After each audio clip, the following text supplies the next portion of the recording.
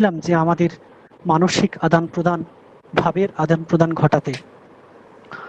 আমরা জানি যে এই অতিমারির সময়ে সাহিত্য চর্চা মোটেও মানানসই নয়, কিন্তু মানুষ তো মননশীল প্রাণী, মননেই সে বাঁচে।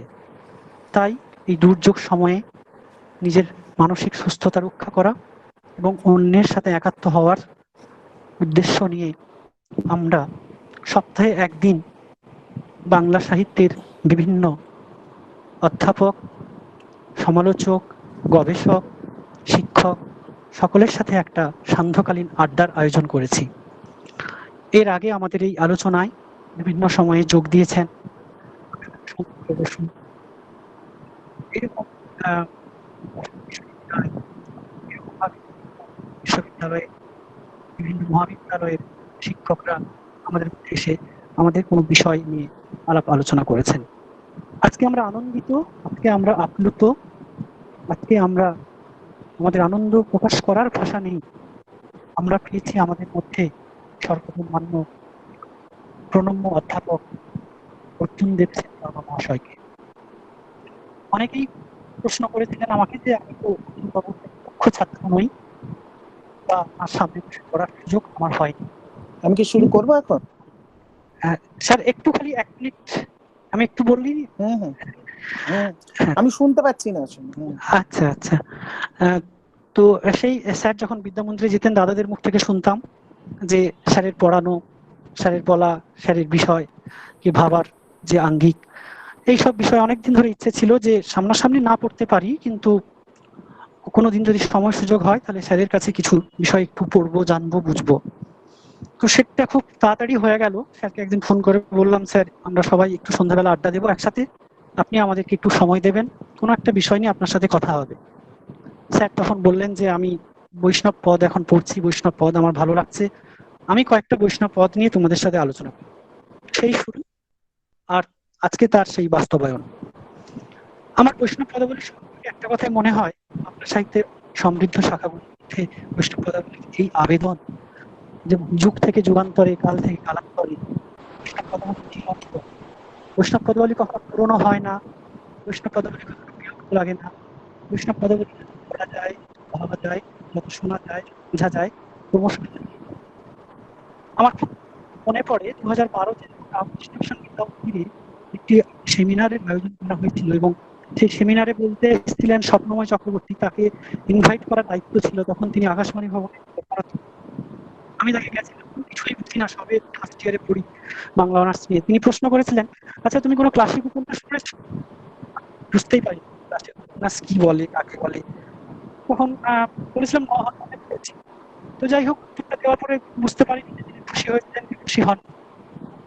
তারপরে যখন সাহিত্যের সংগ্রহ করেছি বা সাহিত্য করেছি বা মোটামুটি ভাবে আমাদের শুরু গিয়েছে, তখন ক্লাসিক বিষয়টাকে বোঝার চেষ্টা করেছি। আমার কাছে মনে হয় বৈষ্ণব পদাবলী একটা ক্লাসিক টেক্সট, যতবার যতভাবে ততবার যেন ভুল লাগে। আজকে আমরা সেই সন্ধিক্ষণে দাঁড়িয়ে আছি, এখানে বহুল প্রচলিত, বহুল আলোচিত আমরা পড়েছি আমাদের যে পদগুলো, সেই পদগুলো আজকে স্যারের কাছে আমরা পড়বো। অর্জুন দেব সেন শর্মা মহাশয় আজকে তিনি তার চিরপরিচিত মেধা এবং মননের সমন্বয়ে আমাদের কাছে সমৃদ্ধ করবেন। ইতিমধ্যেই আমরা 87 জন হয়েছি, আরো সময় যত বলাতে আরো সুযোগ বন্ধুরা আসতে থাকবেন। আমি আর বেশি সময় নেব না, কিন্তু আপনাদের এই প্রথম বর্ষ প্রথম সংখ্যা, যেটি 2013 সালে প্রকাশিত হয়েছিল, তার 19 বছর আবার নতুন ভাবে শুরু হয়েছে।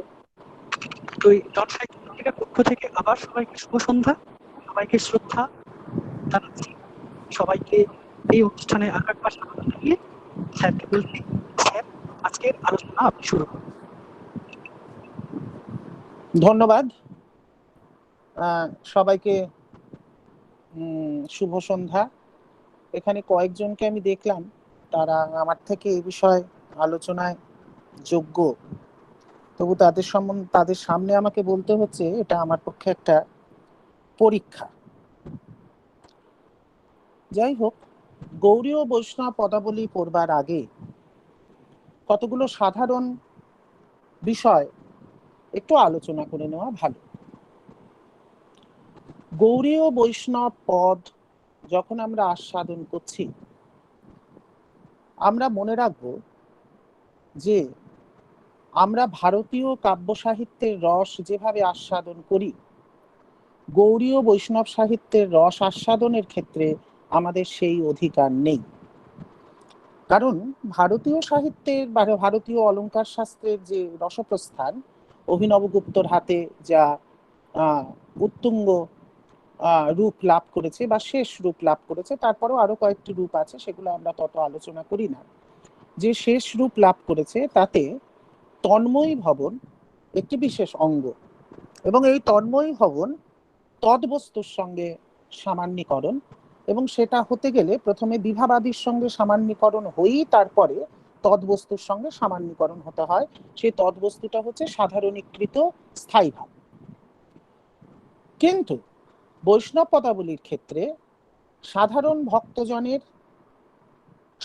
ভক্তজনের যারা সেকুলার দৃষ্টিতে পড়বেন তাদের ক্ষেত্রে তারা সাধারণীকরণ বা সামান্যীকরণ আর সাধারণীকরণ এক নয়, সামান্যীকরণের ফলে সাধারণীকরণ এবং তারপরে তন্ময়ী ভবন তারা করতে পারে। কিন্তু বৈষ্ণব পদাবলী যে অডিয়েন্সের জন্য রচিত হয়েছে তাদের কিন্তু তন্ময়ী ভবনের কোনো সুযোগ নেই।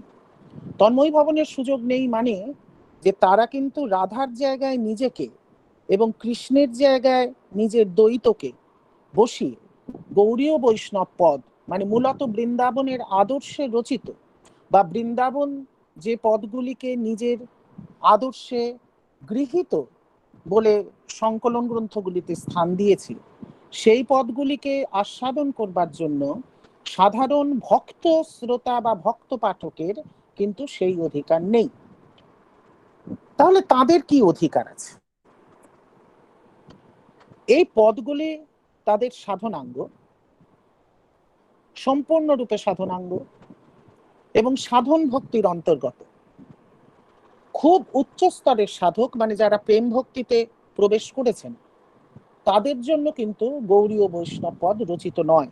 কারণ তাদের হরিনামের হ শুনলেই তারা ভাবাপন্ন হন, তারা আর পদ শ্রবণের অপেক্ষা করেন না।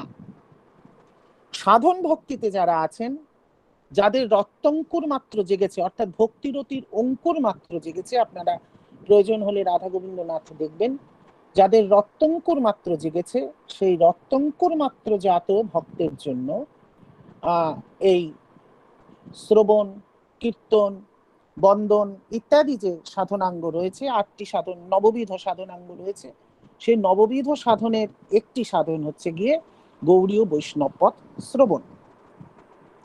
এবং এই শ্রবণের ফলে কি হবে?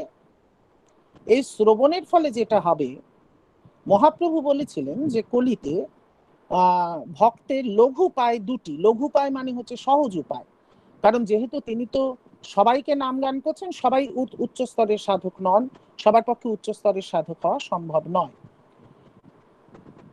তা লঘু উপায় মানে তুচ্ছ উপায়। লঘু উপায় দুটি, একটি হচ্ছে গিয়ে লীলাস্মরণ, আর একটি হচ্ছে নাম সংকীর্তন।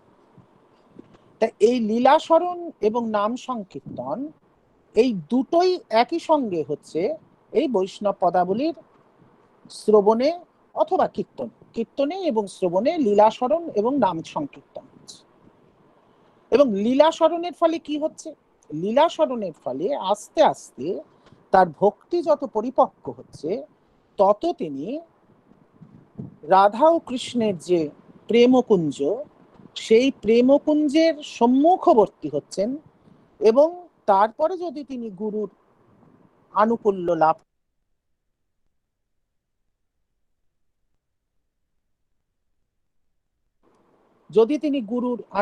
লাভ করেন, তাহলে তিনি সেই নিত্য লীলার কতখানি কাছে যাবেন, ভেতরে কতখানি ঢুকতে পারবেন, সেগুলো পরের ব্যাপার।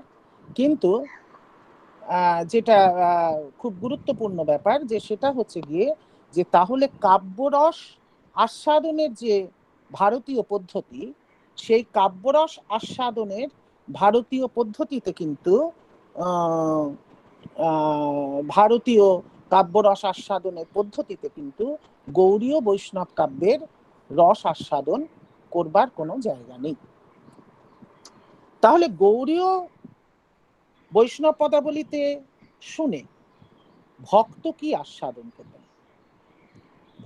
ভক্ত আস্বাদন করবেন কৃষ্ণ সেবা সুখ। ভক্তিরসও কিন্তু তিনি আস্বাদন করবেন না। বারবার মনে রাখবেন, তিনি পাচ্ছেন কিন্তু কৃষ্ণ সেবা সুখ। ভক্তির রসের আশ্রয়ও কিন্তু তিনি নন। ভক্তিরসের আশ্রয়ও তার অনেক ঊর্ধ্বে স্বয়ং মহাভাবময়ী শ্রী রাধা। ভক্তিরসের খুব ভক্তিরস ভক্তিরস যে বৃত্তিটিকে ধরে প্রকটিত হয় সেটি আমরা জানি লাদিনী। আমি পরে একটু বিস্তারিত বলবো। সেই লাদিনীর কণা মাত্র সাধারণ ভক্তজনের আছে এবং ওই কণা মাত্র ভক্তিরস তিনি আস্বাদন করতে পারেন এবং মূলত সেটি যা তার পক্ষে আস্বাদনীয়, সেটি আস্বাদন করবার জিনিস সেটি হচ্ছে গিয়ে কৃষ্ণ সেবা সুখ। অর্থাৎ কিভাবে তিনি কৃষ্ণ সেবা সুখ আস্বাদন করবেন? অর্থাৎ গান শুনতে শুনতে তার যে অন্তশ্চিন্তিত সাধন দেহ, অর্থাৎ এই বাইরের দেহটি নয়, তার যে অন্তশ্চিন্তিত সাধন দেহ, অর্থাৎ তার অন্তরে তিনি যে একটি সাধন দেহকে ভেবে ভেবে গুরু আনুকূল্যে তৈরি করে রেখেছেন, সেই অন্তশ্চিন্তিত সাধন দেহ কৃষ্ণ লীলায়, কৃষ্ণ লীলার যে পরিপুষ্টি সাধন করে যে আনন্দ পাচ্ছে, সেই আনন্দই হচ্ছে কৃষ্ণ লীলার সেবা সুখ এবং সেই সেবা সুখই তিনি আস্বাদন করতে পারেন মাত্র। সুতরাং আমি যদি গৌড়ীয় বৈষ্ণব পথকে গৌড়ীয় বৈষ্ণব পদের জায়গায় রেখে পড়ি, তাহলে আমরা যখন লিখব যে এই পথটি পূর্বরাগ রসের পথ, এই পথটি ভাবোল্লাস রসের পথ, মূলত সেটা কিন্তু একটা তাত্ত্বিক ভুল। তার কারণ এই পূর্বরাগ রসটা পাঠকের নয়। এই পূর্বরাগ রসের আশ্রয় আলম্বন হচ্ছেন শ্রীরাধা এবং বিষয় আলম্বন হচ্ছেন গিয়ে কৃষ্ণ স্বয়ং। যদি রাধার পূর্বরাগের পদ হয়, যদি কৃষ্ণের পূর্বরাগের পদ হয়, তাহলে কৃষ্ণ হচ্ছেন গিয়ে আশ্রয় এবং শ্রীরাধিকা হচ্ছেন গিয়ে বিষয়। সুতরাং বৈষ্ণব পদাবলীর রসনিষ্পত্তির ক্ষেত্রে আমাদের মনে রাখতে হবে যে ভারতীয় রসপ্রস্থানের ঠিক উল্টো একটা জায়গায় আমরা অবস্থান করছি। কি উল্টো জায়গায়? যে ভুল, যে গন্ডগোলটা অনেকের ক্ষেত্রেই হয়, সেটা হচ্ছে গিয়ে যে ভারতীয় রসপ্রস্থানে রস কিন্তু টেক্সটে থাকে না। যেমন অনেকেই আলোচনা করতে গিয়ে বলেন যে এই যে আমরা দেখলাম যে অমুক চরিত্রের মধ্যে বিভৎস রস দেখা যাচ্ছে, অমুক চরিত্রের মধ্যে বিভৎস রস ভারতীয় কাব্য সাহিত্যে, ভারতীয় কাব্য মানে ভারতীয় অলঙ্কার শাস্ত্র অনুযায়ী হয় না। কিন্তু টেক্সটের মধ্যে রস থাকে গৌড়ীয় বৈষ্ণব পদাবলীর ক্ষেত্রে। শ্রীরাধার রস আমরা বলতে পারি, কৃষ্ণের রস আমরা বলতে পারি। সম্ভবত বৈষ্ণব পদাবলীর এই সংস্কার ভারতীয় অলঙ্কার শাস্ত্র নিয়ে যখন কেউ কেউ আলোচনা করেন, তাদেরকে অচেতনে প্রভাবিত করে যায়। কারণ সমালোচনার বইগুলোতে এই ভেদটা রাখা হয় না। সমালোচনার বইগুলোতে অনেকেই তো রসের মূল বই পড়েন না, অনেকেই বৈষ্ণব পদাবলীর বই পড়ি রসটা শিখে যান।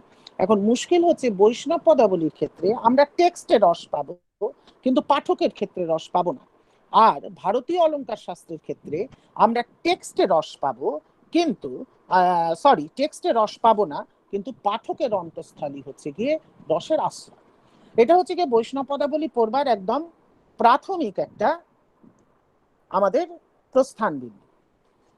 এইবার এরপরে পাঠক রস পাবেন কি পাবেন না সেই নিয়ে এই সমস্যা ছিল বলেই পরবর্তীকালে আরো অনেক সমস্যা ছিল বলেই পরবর্তীকালে সহজিয়া বৈষ্ণব পদ যখন রচিত হয়েছে, বা আপনি যদি সহজিয়া হন বা আমি যদি সহজিয়া মার্গের পথিক হই, তখন আমি আমার জায়গায় কৃষ্ণ এবং আমার প্রেমিকার জায়গায় রাধাকে বসিয়ে আমি এই পদপাঠ করতে পারি। সেটা সহজিয়াদের সেই স্বাধীনতা আছে। সম্ভবত সেই স্বাধীনতাই রবীন্দ্রনাথও ভোগ করেছিলেন, সেই স্বাধীনতা তিনি নিয়েছিলেন। কিন্তু যদি গৌড়ীয় বৈষ্ণব পদের ব্যাকরণ সম্মতভাবে গৌড়ীয় বৈষ্ণব পদের জায়গাতেই রেখে, গৌড়ীয় বৈষ্ণব পদ, সহজিয়া বৈষ্ণব পদ নয়, গৌড়ীয় বৈষ্ণব পদের জায়গায় রেখেই তাকে পড়তে হয়, তাহলে কিন্তু আমাদের মনে রাখতে হবে যে আমরা কোনো রসাস্বাদন করছি না, রস আস্বাদন করছেন কৃষ্ণ। লাহাদিনী দ্বারে তিনি নিজে রস আস্বাদন করছেন, তিনি রসিক, পরম রসিক, তিনি একই সঙ্গে রসের আধারও বটে, তিনি নিজে রস আস্বাদনও করছেন। এবং রাধার সঙ্গে তার তত্ত্বত কোনো ভেদ নেই, এটা প্রথমে বললাম। কেন রাধার সঙ্গে তত্ত্বত ভেদ নেই এটা আমি এবার কেন এই কথাটা বলতে হলো, রাধার সঙ্গে তার ভেদ নেই তো বৈষ্ণব পদাবলী, কিন্তু রাধার সঙ্গে তার তত্ত্বত ভেদ নেই এটাও আমার বলবার দরকার ছিল। কেন তত্ত্বত ভেদ নেই? সেটা হচ্ছে দীর্ঘকাল ধরে যারাই বৈষ্ণব পদাবলী পড়ছেন পড়াচ্ছেন, একেবারে বিমান বিহারী মজুমদারের বা বিভিন্ন আচার্যের একেবারে প্রারম্ভিক নিষেধ সত্ত্বেও প্রত্যেকেই জীবাত্মা এবং পরমাত্মার কথা বলছেন, যে রাধা জীবাত্মা এবং কৃষ্ণ পরমাত্মা। যদি রাধা জীবাত্মা এবং কৃষ্ণ পরমাত্মা হন, তাহলে ব্যবহারিক ক্ষেত্রে রাধা এবং কৃষ্ণের মধ্যে একটি ভেদ কল্পিত হয়। কিন্তু এই প্রকৃতি এবং পুরুষের ভেদ গৌড়ীয় বৈষ্ণবাচার্যদের অনুমোদিত নয়। রাধা জীবাত্মা বা কৃষ্ণ পরমাত্মা এই কথাটা সহজিয়া তন্ত্র সম্মত, কিন্তু গৌড়ীয় বৈষ্ণব তত্ত্বসম্মত নয়। কেন গৌড়ীয় বৈষ্ণব তত্ত্বসম্মত নয়? গৌড়ীয় বৈষ্ণব তত্ত্বসম্মত ব্যাখ্যা হবে, কৃষ্ণের 3 প্রকার শক্তি আমরা জানি, স্বরূপ শক্তি, মায়া শক্তি এবং জীব শক্তি। এবার স্বরূপ শক্তির আবার 3 ভাগ, সম্বিত, সন্ধিনী এবং লাহাদিনী। কৃষ্ণের সঙ্গে এই স্বরূপ শক্তির স্বরূপত কোনো ভেদ নেই, স্বরূপত কোনো ভেদ নেই। স্বরূপত কোনো ভেদ নেই বলেই প্রকৃতি এবং পুরুষ বা জীবাত্মা এবং পরমাত্মা এবং রাধার অভিসারকে ওই পরমাত্মার প্রতি জীবাত্মার যাত্রা এই বলে কোন রকম তাত্ত্বিক সিদ্ধান্ত করা যায় না। যেহেতু স্বরূপত কোনো ভেদ নেই, তাহলে এবার প্রশ্ন, স্বরূপত যখন ভেদই নেই তাহলে লীলা কেন? লীলায় তো ভেদ আছে, এবং সেই ভেদ রাখবার জন্যই অচিন্ত ভেদাভেদ তত্ত্ব করতে হয়েছে, এবং লীলার প্রয়োজনেই উভয় উভয় পৃথক হয়েছেন, দেহ ধারণ করেছেন। লীলার কারণ, অন্তত রাধিকা পক্ষে কৃষ্ণের লীলার কারণ কিন্তু কোন রকম কুল এবং অকুলের যাত্রা নয়। পূর্বরাগ থেকে আরম্ভ করে ভাবোল্লাস পর্যন্ত, এমনকি অভিসার তো বটেই, অভিসারকে দেখলেই সকলের মানে সংস্কার বশত, ভারতীয় সাধনার সংস্কার বশত স্বাভাবিকভাবেই মনে হয়ে যাবে যে এটি কুণ্ডলিনীর সুষুম্না কাণ্ড বরাবর সহস্রারের দিকে যাত্রা, এবং তাকেই প্রকৃতির পুরুষের দিকে যাত্রা, এবং তাকেই জীবাত্মার পরমাত্মার দিকে যাত্রা, যোগ বা ইত্যাদির রূপকে একে ব্যাখ্যা করবার জন্য অসম্ভব হাতছানি ভারতীয় সাধক সম্প্রদায় সম্পর্কে যারাই অভিজ্ঞ তাদেরই হবে। কিন্তু প্রকৃত প্রস্তাবে রাধার অভিসার আর কুণ্ডলিনীর সহস্রারের দিকে যে যাত্রা, এই দুটি তুলনীয় নয়। কেন এ দুটি তুলনীয় নয়? তার কারণ হচ্ছে গিয়ে যে রাধার স্বরূপ শক্তি হিসেবে কোনো লীলারই প্রয়োজন নেই, তার পূর্বরাগেরও কোনো প্রয়োজন নেই, তার অভিসারেরও কোনো প্রয়োজন নেই, তার অনুরাগেরও কোনো প্রয়োজন নেই, তার মিলনেরও কোনো প্রয়োজন নেই, এবং তার মানেরও কোনো প্রয়োজন নেই। পুরোটাই নির্হেতুক। পুরোটাই যদি নির্হেতুক হয় তাহলে এই লীলা কেন? এই লীলার একমাত্র কারণ হচ্ছে গিয়ে কৃষ্ণের আনন্দ ঘন আস্বাদন। কৃষ্ণ আনন্দ আস্বাদনের জন্য তার স্বরূপ শক্তির দ্বারে, অর্থাৎ তাঁরই লাহাদিনীর দরজায় তিনি এই আনন্দকে আস্বাদন করছেন। এবং এই পুরো যে লীলা, এই যে সম্পূর্ণ লীলা ঘটনা ঘটছে, এর একমাত্র প্রয়োজন হচ্ছে গিয়ে আনন্দ। সম্ভবত রবীন্দ্রনাথ যখন লীলা তত্ত্ব তৈরি করবেন, অপ্রয়োজনের আনন্দের কথা তিনি যখন বলবেন, রবীন্দ্রনাথ গৌড়ীয় বৈষ্ণব তত্ত্বে অত্যন্ত নিষ্ণাত ছিলেন। গৌড়ীয় বৈষ্ণব তত্ত্বে নিষ্ণাত না হলে পরে গৌড়ীয় বৈষ্ণব তত্ত্বকে তিনি ভাঙতে পারতেন না, এবং তিনি গৌরীয় বৈষ্ণব পদসংকলন রচনা করতে পারতেন না? এই যে অপ্রয়োজনের লীলা, এর মধ্যে যে কোনো সাধনতাত্ত্বিক প্রয়োজনও নেই। কেন সাধনতাত্ত্বিক প্রয়োজনও নেই? তার কারণ রাধাকে অনুসরণ করে তো পৃথিবীতে একজন মাত্র সাধনা করতে পারেন, তাও তিনি সাধক নন, তিনি স্বয়ং কৃষ্ণ এবং রাধার যুগল দেহ, তিনি মহাপ্রভু। সুতরাং এই সাধনারও বিশেষ কোনো প্রয়োজন নেই, একেবারেই অপ্রয়োজনীয়। শুধুমাত্র তার প্রয়োজন হচ্ছে গিয়ে কৃষ্ণের আনন্দের আস্বাদন। কৃষ্ণ আনন্দ আস্বাদন করবেন বলে এই স্বরূপ শক্তির দ্বারে বা স্বরূপ শক্তির অন্তর্গত লাহাদিনীর দ্বারে তিনি এই আনন্দকে আস্বাদন করছেন। সেই আনন্দকে সৃষ্টি করবার জন্যই পূর্বরাগ থেকে আরম্ভ করে ভাবোল্লাস পর্যন্ত এই লীলার ঘটনা, এবং এই লীলা সংগঠিত হচ্ছে লাদিনী শক্তি শ্রীরাধার দ্বারা এবং সম্বিত রূপিণী যোগমায়ার সাহচর্যে। যোগমায়ার সাহায্যে এই লীলা, নিত্য লীলা ঘটে চলেছে, কারণ এই লীলা একমাত্র কৃষ্ণের আনন্দ ঘন অবস্থা। গোপীনাথ কবিরাজ এক জায়গায় বলেছেন, এই যে আনন্দ ঘন অবস্থা, এই যে ব্লিস, এই আনন্দ ঘন অবস্থায় ভারতীয় সাধনা তার তুঙ্গতম স্থান স্পর্শ করেছে। এর আগে যাবতীয় তন্ত্র এবং যাবতীয় যে সাধন মার্গ, বেদান্ত আদি সাধন মার্গ, জ্ঞান মার্গ আদি সাধন মার্গ, তারপরে তন্ত্রাদি সাধন মার্গ, এই সমস্তই আনন্দতে উপনীত হয়েছে, কিন্তু তার সঙ্গে জীবজগতের প্রয়োজনগত সম্পর্ক থেকে গেছে। কিন্তু এই জীব জগতের, জীব ও ব্রহ্মের প্রয়োজনগত সম্পর্ক, যেটা সমেই শেষ হয়ে যায়, মানে সম বা শান্তরসেই শেষ হয়ে যায়, সেটা শেষ হয়ে যাওয়ার পরেও এই যে একটি অপ্রয়োজনীয় আনন্দ ঘন অবস্থার পরিকল্পনা এবং সেইখানে উত্তরণ, এইটে গৌড়ীয় বৈষ্ণব গোস্বামীরাই তার চূড়ান্ত তাত্ত্বিক জায়গায় উপনীত হয়েছেন। এছাড়া, এবং সেই জন্যই পরবর্তীকালে লক্ষ্য করা যাবে যে গৌড়ীয় বৈষ্ণব সাধনাই কিন্তু ভারতীয় সাধনার যে স্কুলগুলো, সেই স্কুলগুলোর মধ্যে এক অর্থে শেষ প্রতিষ্ঠিত স্কুল।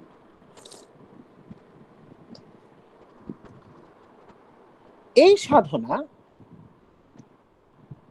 ঠিক যখন আমি বারে বারে বলি যে এই সাধনার মধ্যে তন্ত্রের প্রভাব আছে, কিন্তু এই সাধনার মধ্যে তন্ত্রের প্রভাব যে নেইও, একেবারে প্রচন্ডভাবে যে নেইও, সেই প্রচন্ডভাবে নেইটা এই কারণেই যে রাধাকৃষ্ণ যুগল সাধনা যারাই শুরু করুন, যাদের থেকে মহাপ্রভু পান, মহাপ্রভুর হাতে এর যে তত্ত্বায়ন যখন হলো, সেই তত্ত্বায়নে কিন্তু প্রকৃতি এবং পুরুষের যে কুণ্ডলিনী থেকে সহস্রার পর্যন্ত যে যাত্রা, সাংখ্যসম্মত রাস্তায় তন্ত্রসম্মত যে যাত্রা, সেই যাত্রা তান্ত্রিক সাধনা ও সিদ্ধান্ত, গোপীনাথ কবিরাজের সেই বইতে পারে, যে তার সেকেন্ড ভলিউমে পারে।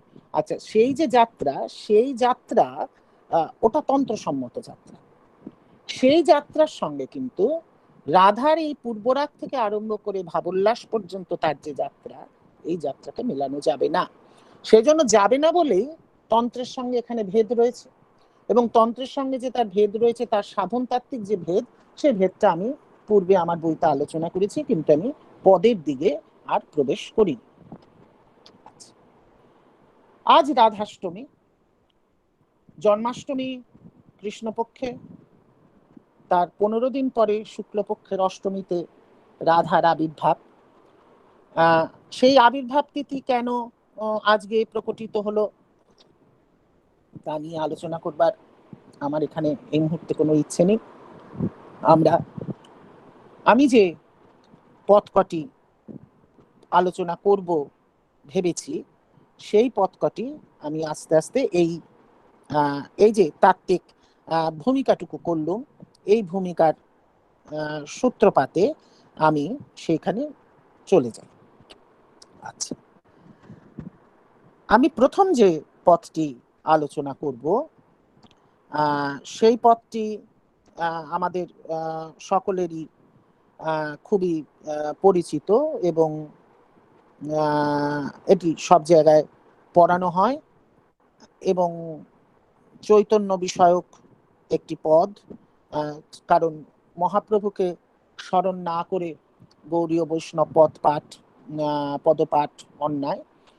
প্রথম পদটি আমি যেটি এখন আলোচনা করব, নীরদ নয়নে নিরঘন সিঞ্চনে পুলক মুকুল অবলম্ব শ্বেদ মকরন্দ বিন্দু বিন্দু চুইয়ত বিকশিত ভাব পদম্ব। কি পেখ হলু নটবর গৌর কিশোর অভিনব হেম কল্পতরু সঞ্চর সুরধুনি তীরে উজোর চঞ্চল চরণ কমল তলে ঝঙ্করু ভকত ভ্রমর গণ ভোর পরিমলে লুবধ সুরাসুর ধাবই অহনিশি রহত অগৌর। পদটি চৈতন্যের রূপবর্ণনা বিষয়ক পদ, গৌরাঙ্গ বিষয়ক পদ বলেই সবাই জানেন, কিন্তু এই পদটি রাধার পূর্বরাগের তদুচিত গৌরচন্দ্রিকা বলে গৌড়ীয় বৈষ্ণব পরম্পরায় পাঠ করা হয়। কারণ রাধার পূর্বরাগের পদ এরপরেই আমরা দেখব। রাধার পূর্বরাগের পদেও রাধার যে কিছু কিছু দশা, পূর্বরাগের 10টি দশার মধ্যে যে ওই পদটিতে বেশ কটি দশা আছে, সেই যে কয়েকটি দশা, সেই দশাগুলি এখানেও আমরা লক্ষ্য করব কয়েকটি রয়েছে। এবং এই পদটি চৈতন্যের রাধার পূর্বরাগের তদুচিত পূর্বরাগ বলে বৈষ্ণব আচার্যগণ গ্রহণ করেন। সম্ভবত ওই নীরদ নয়নে নিরঘন সিঞ্চনে এই পংক্তির দ্বয়কে অবলম্বন করি। আচ্ছা, পদটার একটা বাংলা মানে প্রথমে আপনারা একটু দেখুন। নীরদ নয়নে নিরঘন সিঞ্চনে, নীরদ নয়নে মানে নীরদ রূপ নয়ন। নীরদ রূপ নয়ন মানে মেঘের মতো চোখ। কেন মেঘের মতো চোখ? সাধারণ ধর্ম কি? মেঘের মতো দেখতে চোখ নয়, মেঘের মতো সক্রিয় চোখ। অর্থাৎ মেঘ থেকে যেমন জল ঝরে তেমনি ওই চোখ থেকে জল ঝরছে।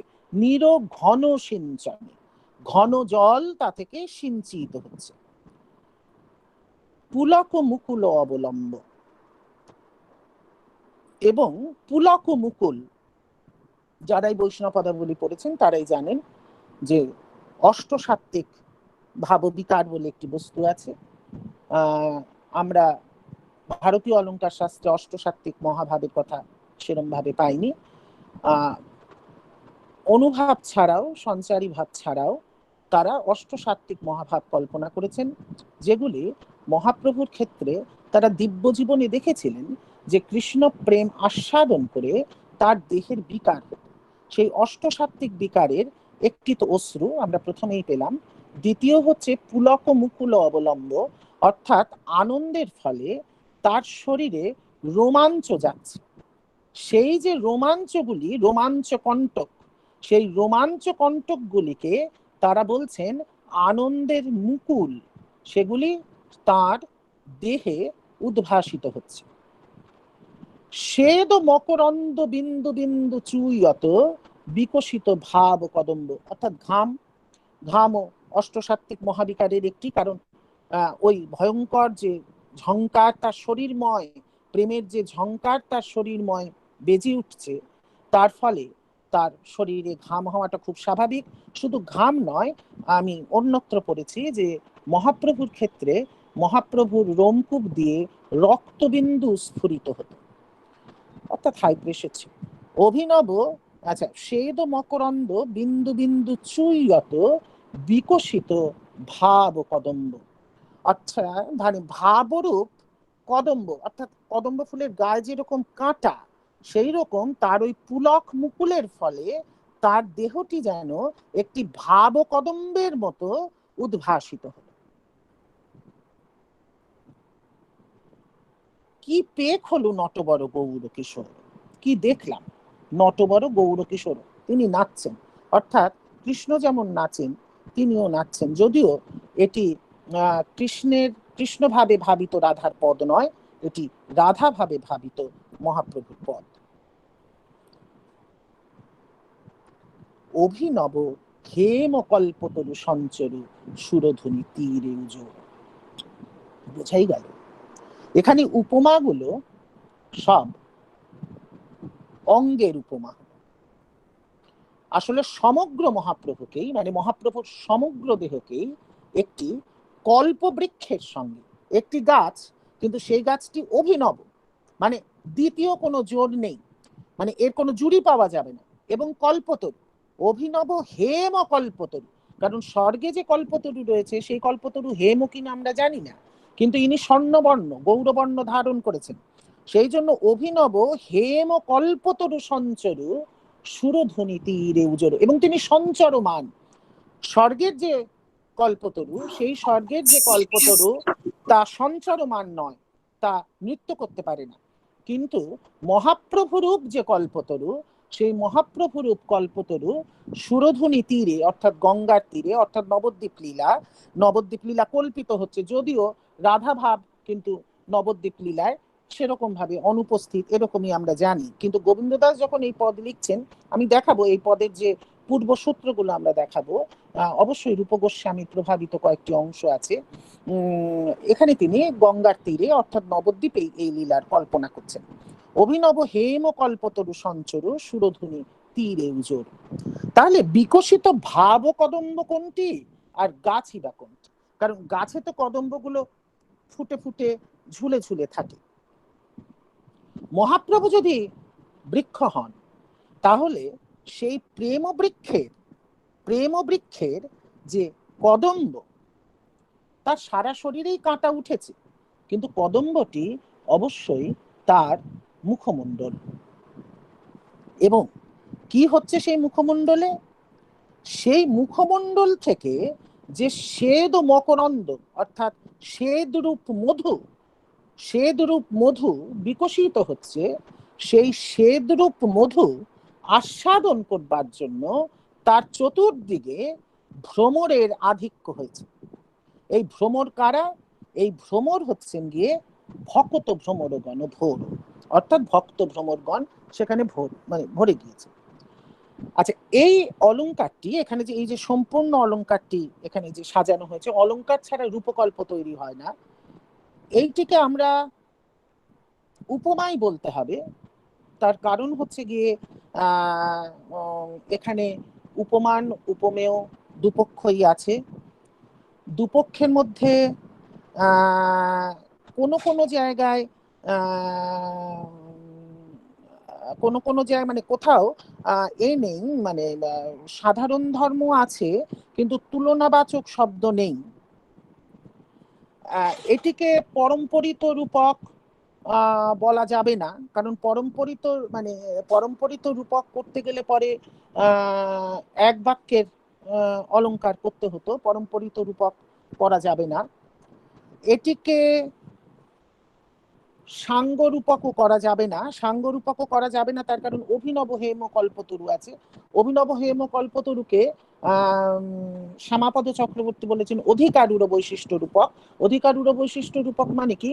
ওই যেখানে যে সাধারণ ধর্মটা নেই, সেই সাধারণ ধর্মের আরোপ করে যেখানে রূপক তৈরি হয় তাকে বলে অধিকারুর বৈশিষ্ট্য রূপক।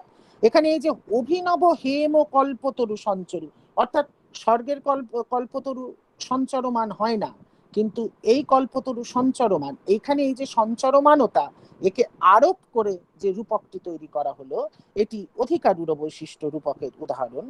এই সমস্তটা মিলিয়ে যখন ভক্ত ভ্রমরগণ ভোর হলো, তখন সাঙ্গ রূপকও করতে পারবো না, কারণ ভক্তরা মহাপ্রভুর অঙ্গ নয়, তারা বাইরে রয়েছে। তাহলে মূলত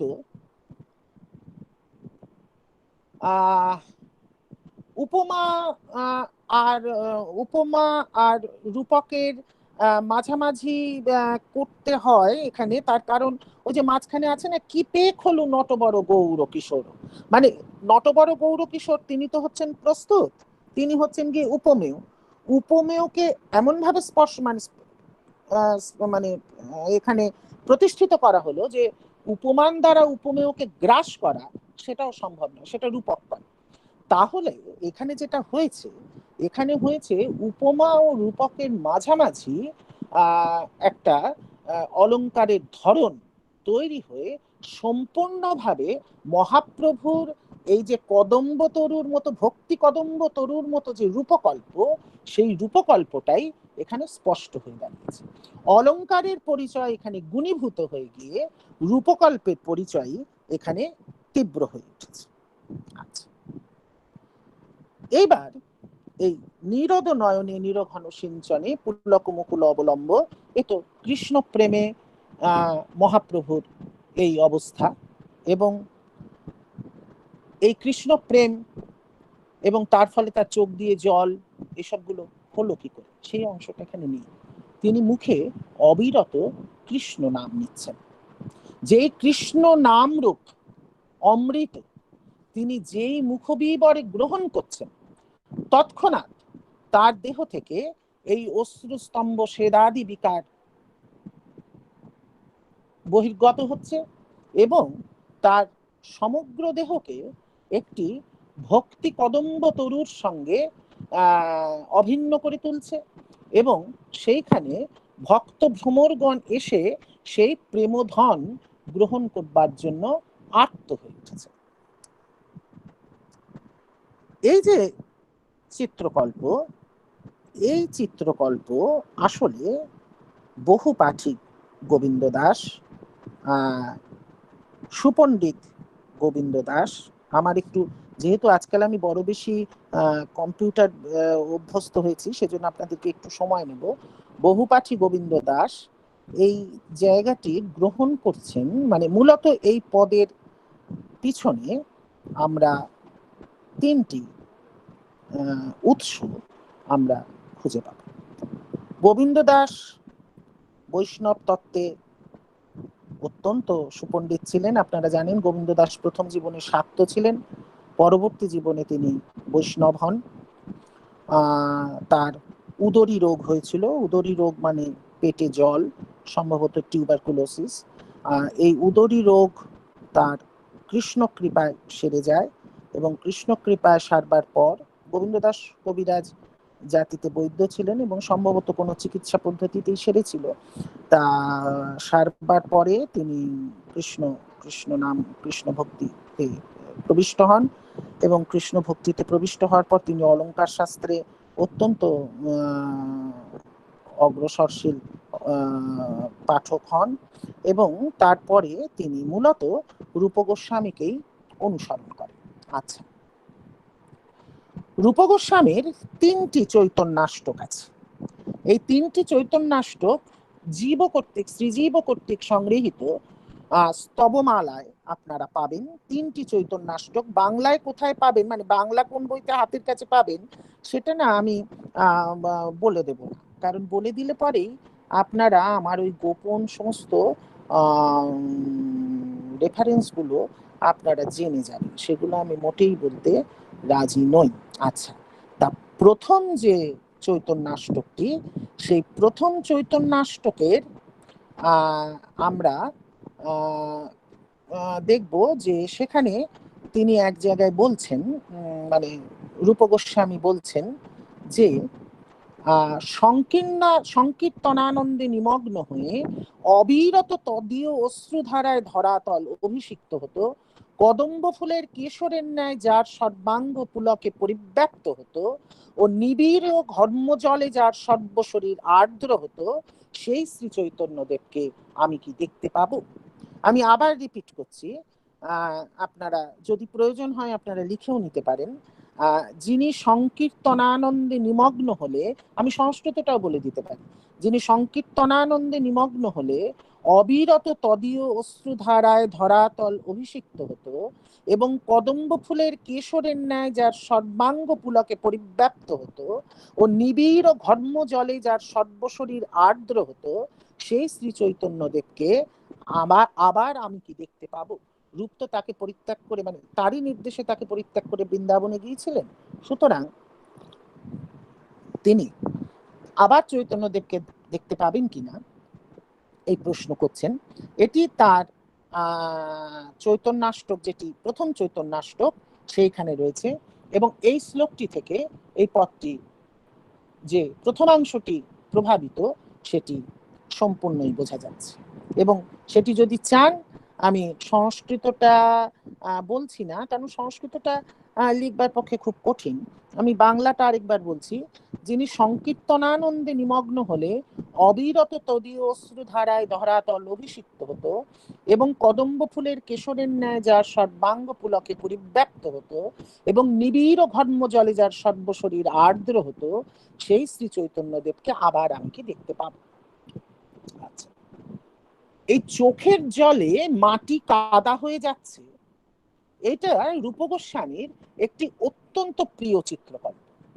রূপ গোস্বামীর বিদগ্ধ মাধব, ললিত মাধব, এই দুই নাটকেও আপনারা দেখতে পাবেন যে রূপ গোস্বামী এই চিত্রকল্পটি ব্যবহার করছেন, যে রাধার চোখের জলে মাটি কর্দমসিক্ত হচ্ছে। আচ্ছা,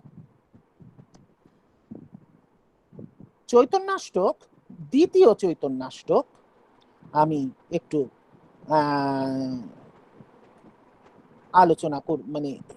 আলোচনা করছি। যে দ্বিতীয় চৈতন্যাষ্টকে আমরা একটি শ্লোক লক্ষ্য করব, যে তিনি কিভাবে এই কদম্ব বৃক্ষ স্বরূপত্ব তিনি লাভ করছেন। সেটি দ্বিতীয় চৈতন্যাষ্টকে, রূপ গোস্বামীর 3টি চৈতন্যাষ্টক আছে, দ্বিতীয় চৈতন্যাষ্টকে সেটি আমরা পাব।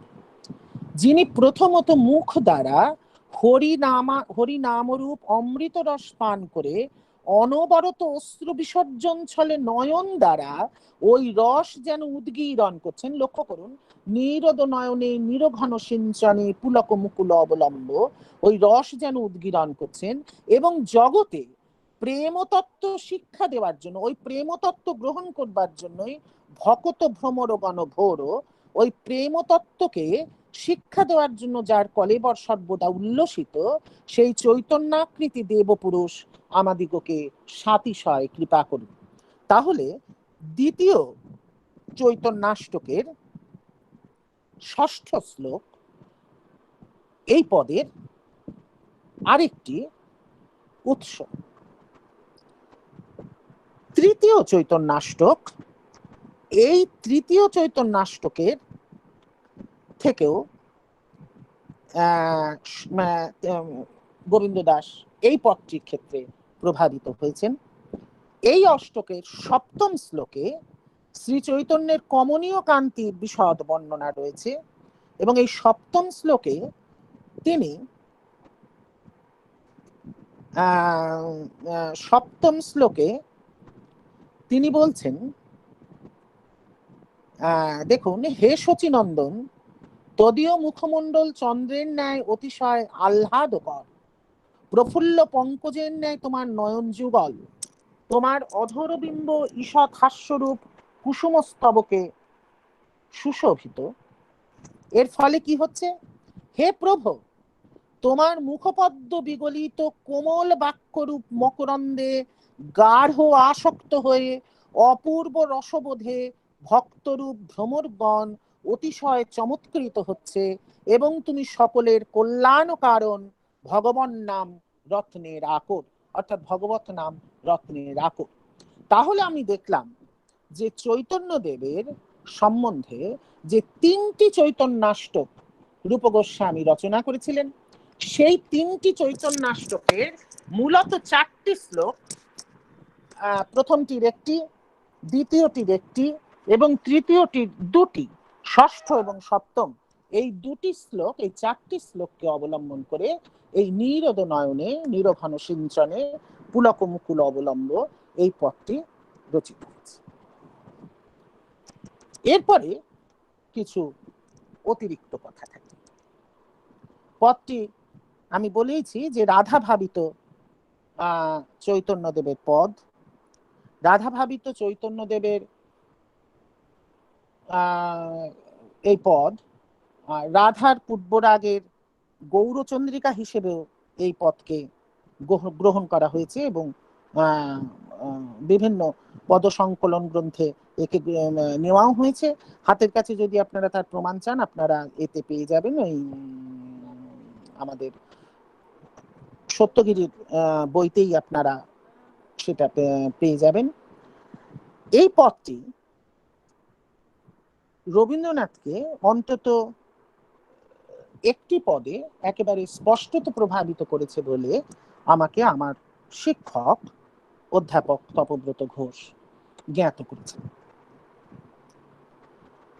চিত্রার অন্তর্গত উৎসব বলে কবিতায় দেখুন, মোর অঙ্গে অঙ্গে যেন আজি বসন্ত উদয়, কত পত্র পুষ্পময়, যেন মধুপের মেলা গুঞ্জরিছে সারা বেলা, হেলা ভরে করে খেলা অলস মলয়, ছায়া আলো অশ্রু হাসি নৃত্য গীত বিনাবাসী, যেন মোর অঙ্গে আসি বসন্ত উদয়, কত পত্র পুষ্পময়। এবং এই কবিতাটি মূল ভাবটিও কিন্তু আসলে দেখবেন আসলে একজন প্রেমিক তার অন্তরস্থলে, যে তুমি আমার মাঝে নূতন নবীন, সদা আছো নিশিদিন, তুমি কি বসেছ আজি নববর বেশ সাজি, কুন্তলে কুসুম রাজি অঙ্কে লয়ে বিন, সেই যে প্রেমিক তাকে প্রেমফল দান করবারই কবিতা বটে।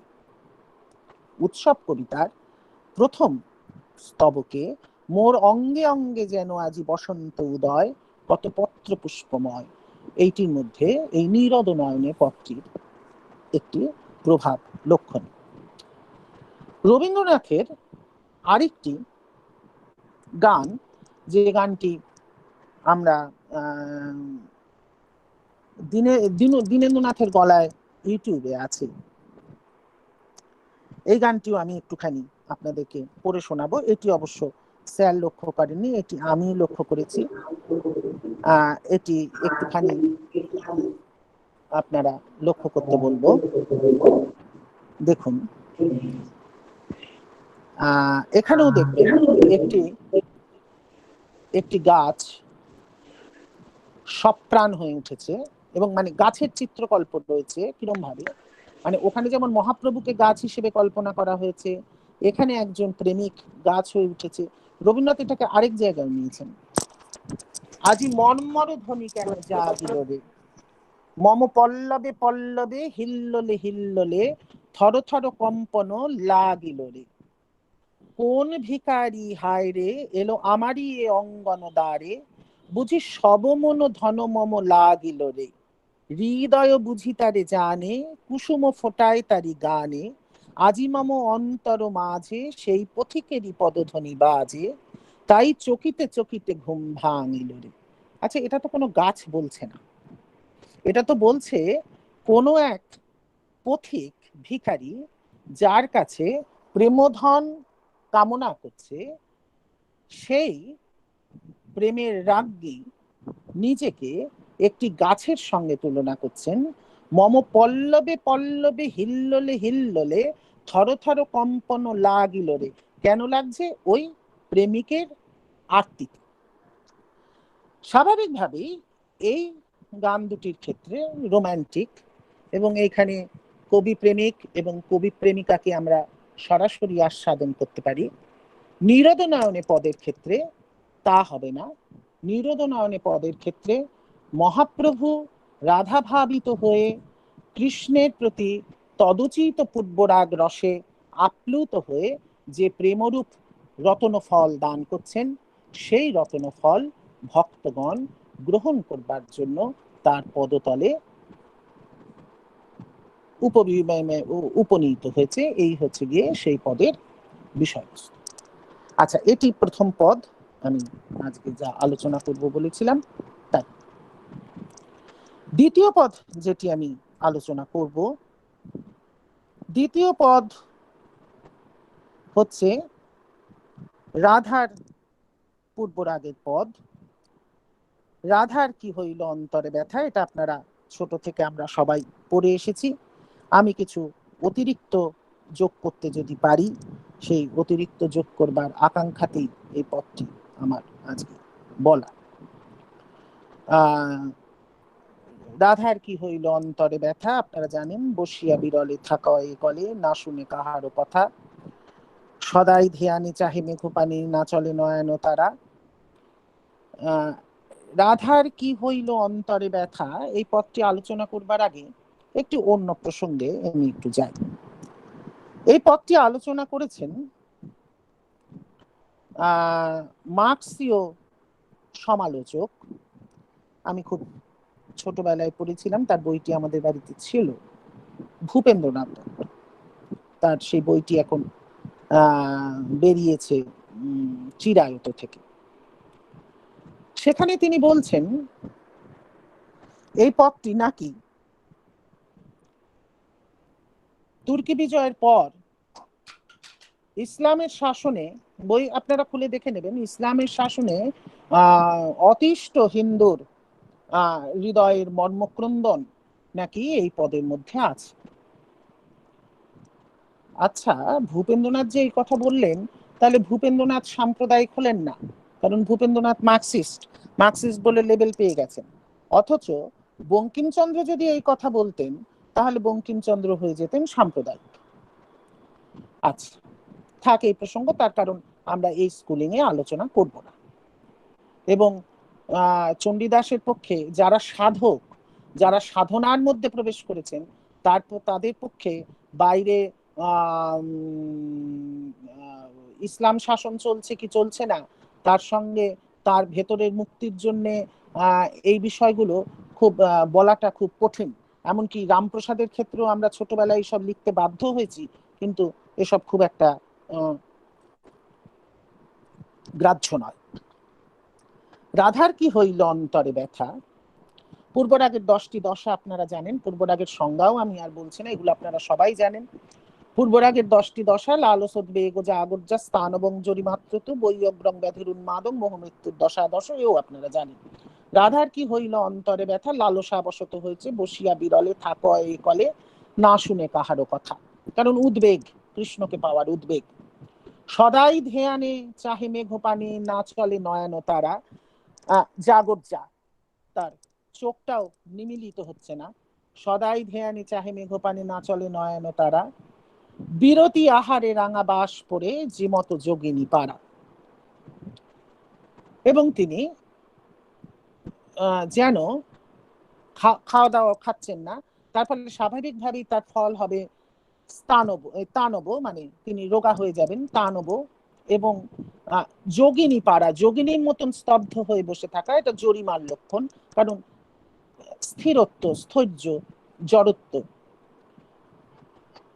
এলাইয়া বেনি ফুলেরও গাঁথনি দেখায় খসায় চুলি, স্বাভাবিক নিজের চুলটি তার উদ্দীপন বিভাব, কারণ কৃষ্ণের মতো সেই চুলের রং। এলাইয়া বেনি ফুলেরও গাঁথনি দেখায় খসায় চুলি, এখানে অলঙ্কার এলাইয়া বেনি ফুলেরও গাঁথনি দেখায় খসায় চুলিতে, মানে নিজের চুলটির সঙ্গে তিনি কৃষ্ণের গাত্রবর্ণকে ফেলছেন। কৃষ্ণের গাত্রবর্ণ এখানে নেই, চুলটাকেই তিনি কৃষ্ণের গাত্রবর্ণ ভাবছেন, এখানে অলঙ্কার অতিশয়োক্তি। এলাইয়া বেনি ফুলেরও গাঁথনি দেখায় খসায় চুলি, হসিত বয়ানে চাহে মেঘ পানে, কি কহে দুহাত তুলি। মেঘের দিকে তাকিয়ে তিনি কি কথা বলছেন, সম্ভবত প্রেম সম্ভাষণ করছেন, এখানে মেঘদূতের প্রভাব আছে, কারণ মেঘের সঙ্গে কথা এর আগে মেঘদূত ছাড়া ভারতীয় সাহিত্যে আর পাওয়া যায়নি। মেঘকে তিনি দূত হিসেবে পাঠাচ্ছেন, না মেঘকেই তিনি কৃষ্ণ বলে কল্পনা করে তার প্রতি রসদ গান নিবেদন করছেন, সেটা আমরা বলতে পারি না। একদীঠ করি ময়ূরী কণ্ঠ করে নিরীক্ষণে, ময়ূরীর কণ্ঠ নিরীক্ষণ করবার কারণ যে শুধু ময়ূরীর রং কৃষ্ণের রঙের সঙ্গে তার মিল এইটুকুই নয়, এই ময়ূরীর দাম্পত্য, তাদের এই যে লীলা, মানে লীলাকুণ্ডুয়ন, এই লীলাকুণ্ডুয়ন তার হৃদয়ের মধ্যে অবশ্যই তার প্রেমিককে না পাওয়ার হতাশাকে ব্যক্ত করেছে। চণ্ডীদাস কয় নবপরিচয় কালিয়া বধূর সঙ্গে, নবপরিচয় হলো, কিন্তু এবার একটা কথা আছে, কথা হচ্ছে রাধার ক্ষেত্রে আসলে তো পূর্বরাগ অপ্রয়োজনীয়। যদিও রাধার পূর্বরাগের পদ প্রচুর রচিত হয়েছে, রাধার পূর্বরাগের পদে চণ্ডীদাস এই পদে বিখ্যাত, তার খ্যাতি অর্জন করেছেন, তার পদটি বিখ্যাত। বিদ্যাপতির পূর্বরাগের পদ আছে, তবু বিদ্যাপতি নয়, চৈতন্য পূর্ব কবি ধরে নিলাম। চণ্ডীদাস, এখন চণ্ডীদাস এরম ভাবে ওই যে অসিত বন্দ্যোপাধ্যায়রা ভাগ করেছেন 4 ভাগে, এরা চৈতন্যের পূর্বে, এরা চৈতন্যের পরে। এই ব্যাপারগুলো কতটা যায় সেটা আমরা জানি না, কিন্তু এই পথটিকে যদি গৌড়ীয় বৈষ্ণব তত্ত্ব অনুযায়ী ব্যাখ্যা করতে হয়, এই পথটিকে নিয়ে যদি গৌড়ীয় বৈষ্ণব তত্ত্ব অনুযায়ী যদি ব্যাখ্যা করতে হয়, তাহলে এই পথটির মধ্যে পূর্বরাগের রাধার যে প্রারম্ভিক অপরিণতি তা কিন্তু এর মধ্যে নেই। এর মধ্যে বিরহাবস্থার যে দুটি ভাগ, আমি একটা কথা এখানে বলে দিই, এখানে অনেকে অনেক রকম প্রশ্ন করছে, প্রশ্নগুলো অপ্রাসঙ্গিক। আমি ঠিক এই পদগুলো নিয়েই আলোচনা করব, এই পদগুলোর বাইরে অপ্রাসঙ্গিক বিষয় আমি যাব, ওগুলো অন্য প্রশ্ন। আচ্ছা, এইবার যেগুলো পূর্বরাগের ক্ষেত্রে এখানে দেখা যাবে যে রাধার একটু উদ্ঘূর্ণা ও চিত্রজল্প, এই যে দশাগুলি, অর্থাৎ বিরহাবস্থার, অর্থাৎ শেষ দিকের যে বিরহাবস্থার নাম মোহন বা মদন, তার এই মহাভাবের পরিণতি অবস্থার নাম মোহন বা মদন, তার বিরহাবস্থার নাম মাদন। এই যে মাদনাক্ষ মহাভাব, এই মাদনাক্ষ মহাভাবের আগে উদ্ঘূর্ণা এবং চিত্রজল্প লক্ষ্য করা যায়। এই উদ্ঘূর্ণা এবং চিত্রজল্প এখানে আমরা পূর্বরাগের রাধার মধ্যেই পাচ্ছি। আসলে ব্যাপারটা এই যে রাধার মধ্যে আমরা বারে বারে দেখব যে এই পর্যায় বিভাগ থাকলেও, যেহেতু এই লীলাগুলো কেবলমাত্র লীলার অনুরোধেই লীলা, মানে এই লীলাগুলোর বিশেষ কোনো প্রয়োজনীয়তা নেই, এবং এই লীলাগুলি নিত্যলীলা। নিত্যলীলা মানে কি, মানে পূর্বরাগ যখন হচ্ছে তখনই কিন্তু অভিসারও হচ্ছে, যখন অভিসার হচ্ছে তখনই কিন্তু মিলন হচ্ছে। মানে আপনি কালানুক্রমিক ভাবে যে নদী গতি, তা কিন্তু সব সময় নয়। এখানে আমার হাতের কাছে একটি বই আছে, শ্রী শ্রী রাধাকৃষ্ণার্চন দীপিকা, এটা খুব বিখ্যাত বই। ওখানে শ্রী রাধাকৃষ্ণের লীলাকে দুভাগে ভাগ করা হয়েছে, একটা হ্রদগতি, একটা নদীগতি। নদীগতি মানে কি, এই কালানুক্রমিক ভাবে অষ্টকালীয় লীলা কীর্তন, আমরা সাধারণ মানুষ এই অষ্টকালীয় লীলা কীর্তন অনুযায়ী আমরা পদ শুনি, এবং এই যে আমিও পদ বলছি, এও আমি অষ্টকালীয় লীলা কীর্তনে মোটামুটি একটা স্তর ধরে প্রথমে চৈতন্য বিষয়ক পদ করলাম, তারপরে পূর্বরাগের পদ বলছে, আমি একটা কাল ধরছি, কারণ আমি কালে বদ্ধ। কিন্তু যেখানে নিত্যলীলা হচ্ছে এবং যারা নিত্যলীলার পাত্রপাত্রী, তারা একই সঙ্গে নিজেদেরকে বহু লীলায় বিভক্ত করতে পারেন, এবং একই সঙ্গে তারা নিজেদের একই সঙ্গে বিভক্ত করে একই সঙ্গে একাধিক লীলা চালাতে পারে। যেহেতু একই সঙ্গে একাধিক লীলা চলছে, সুতরাং পূর্বরাগের রাধার মধ্যেও প্রৌঢ়া মহাভাবময়ী রাধার কিছু কিছু ভাব লক্ষ্য করা যায়, এবং লক্ষ্য করা যায় বলেই তার ওই যোগিনী পারা অবস্থা, তার ওই মেঘের সঙ্গে কথা বলার মতো উদ্ঘূর্ণা, এবং বিশেষত তিনি তো নায়িকা স্বরূপে মুগ্ধা, এই মুগ্ধা সমর্থা নায়িকা, মানে তিনি তো সমর্থা নায়িকা, অর্থাৎ কৃষ্ণকে তিনি বাধ্য করতে পারেন। এই মুগ্ধা সমর্থা নায়িকার এই যে ভাবগুলো, এই ভাবগুলো তার কিছু কিছু ক্ষেত্রে অপ্রয়োজনীয়, তার মানেরও কোনো প্রয়োজন নেই, তার বিরহেরও কোনো প্রয়োজন নেই, কারণ তিনি নিত্য অবস্থিত। রাধা এবং কৃষ্ণের মধ্যে মহাপ্রভু এই চৈতন্য চরিতামৃতকার কৃষ্ণদাস কবিরাজ বলছেন, দুই বস্তু দুজনে এক, দুই বস্তু আগুনে জ্বালাতে খুব জ্বইছে নাহি ভেদ, রাধাকৃষ্ণ দুই বস্তু, রাধাকৃষ্ণ এক বস্তু, শাস্ত্র পরমাণ, তারা তো এক। সুতরাং তাদের মধ্যে এই লীলার পরিকল্পনা কেন? এই লীলার পরিকল্পনার একটাই কারণ, কৃষ্ণের আনন্দ আস্বাদন, এবং সেই আনন্দ আস্বাদনের জন্য তার রাধার কাছে তার চির আনুগত্য। এই চির আনুগত্যের জন্যই তার এই পূর্বরাগ পদটির স্মরণ, এই পূর্বরাগ পদটির অবতারণ। আচ্ছা, কিন্তু এই পদটি চৈতন্য পূর্ব চণ্ডীদাসেরই যদি ধরি, আপনারা সবাই তাই ধরবেন, কিন্তু এই পদটি চৈতন্য উত্তর গৌড়ীয় বৈষ্ণব তত্ত্ব দিয়ে পড়া উচিত কিনা, সেটাও তো আমাদের একটু বিচার করতে হয়। চণ্ডীদাসের পদ মহাপ্রভু আস্বাদন করতেন। চণ্ডীদাস, বিদ্যাপতি, শ্রীগীত গোবিন্দ, এই তিনে প্রভুর আনন্দ, এই তিনে প্রভুর আনন্দ হতো। তা প্রভুর যখন আনন্দ হতো তখন তাকে গৌরীয় বৈষ্ণব তত্ত্ব দিয়ে আস্বাদন করা যায়। কিন্তু এর থেকেও একটি বড় প্রমাণ আছে। প্রমাণ ব্যতিরেকে তো কথা বলা যাবে না। প্রমাণ হচ্ছে গিয়ে এই বিদগ্ধ মাধব নাটকের, রূপ গোস্বামীর বিদগ্ধ মাধব নাটকের বঙ্গানুবাদ এবং তার সঙ্গে কিছু ব্যাখ্যা করেছিলেন যদুনন্দন তার রসকদম্ব গ্রন্থে।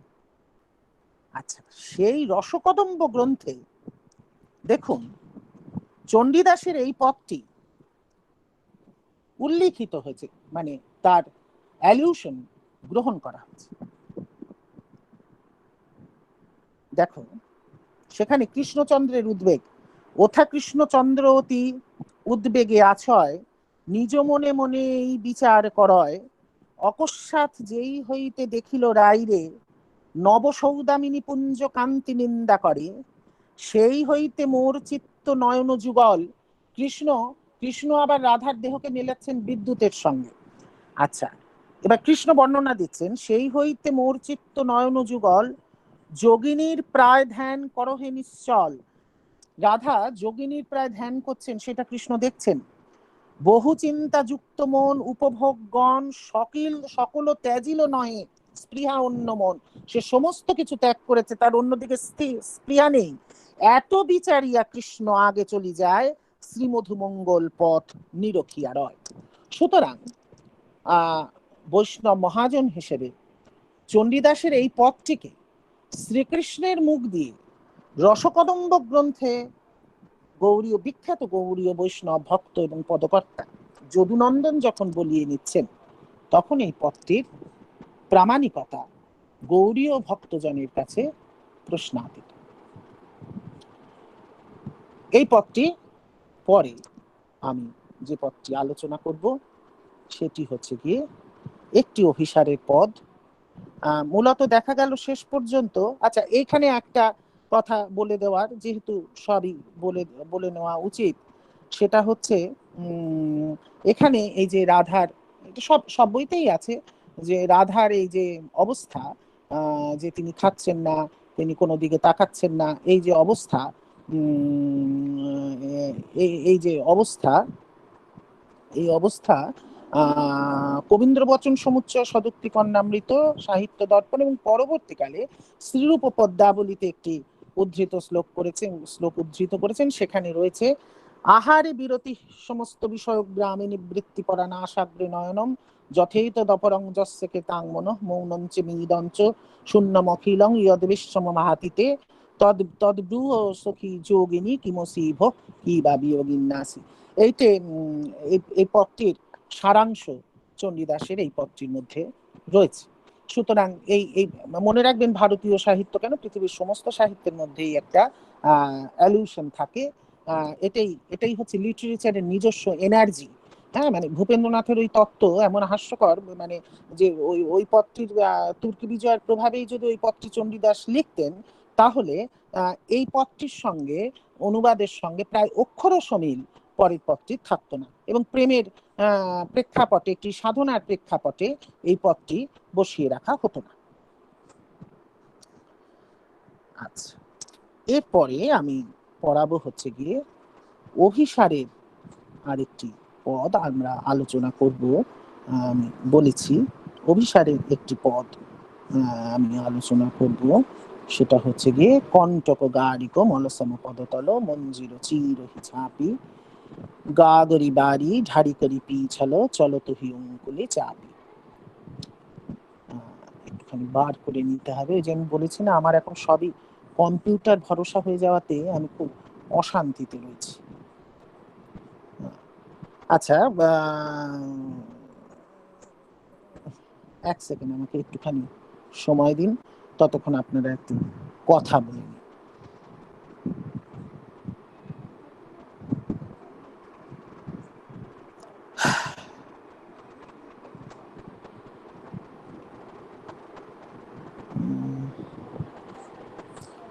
কণ্টক গারিক মলসম পদতল মঞ্জির চিরহি ঝাঁপি গাগরি বাড়ি ঢারি করি পিছল চলত হি অঙ্গুলি চাপি মাধব তুয়া অভিসারক লাগি দূতর পন্থ গমন ধ্বনি সাধয় মন্দিরে যামিনী জাগি।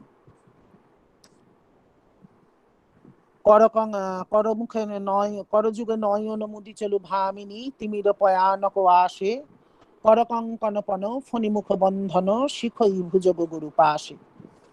গুরুজন বচন বধির সম মানই আন ভনই করু আন পরিজন বচনে মুগধি সম হাসই গোবিন্দ দাস পরিমাণ।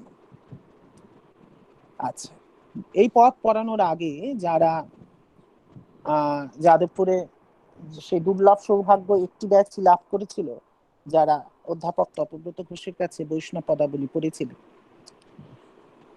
আমি পড়িনি, কিন্তু কোনো একদিন বাস স্ট্যান্ডে দাঁড়িয়ে তিনি এই পথটি আমাকে বোঝান। এটি আমি ছাড়া আরো কেউ কেউ জানেন। কণ্টক গাড়ি কমলসম পদতল, এই পথটি ছন্দবিন্যাস করে পড়লে এইভাবে পড়া হয় না। ছন্দবিন্যাস করলে পথটিকে পড়তে হবে কণ্টক গাড়িক মলসম পদতল মঞ্জির চিরহি ঝাঁপি গাগরি বাড়ি ঢারি করি পিছল চলত হি অঙ্গুলি চাপি। প্রত্নকলাবৃত্তি। এবার দেখুন, কণ্টক গারিক মানে কয়ের পরে একটা পর্ব পড়ছে, কণ্টক গারিক মলসম পদতল মানে কমলটা পদের মধ্যে ছিন্ন হয়ে গেল, টুকরো হয়ে গেল। আর পদের বিষয়বস্তুতে দেখুন যে রাধার পদতলে কাঁটা এসে বিঁধল।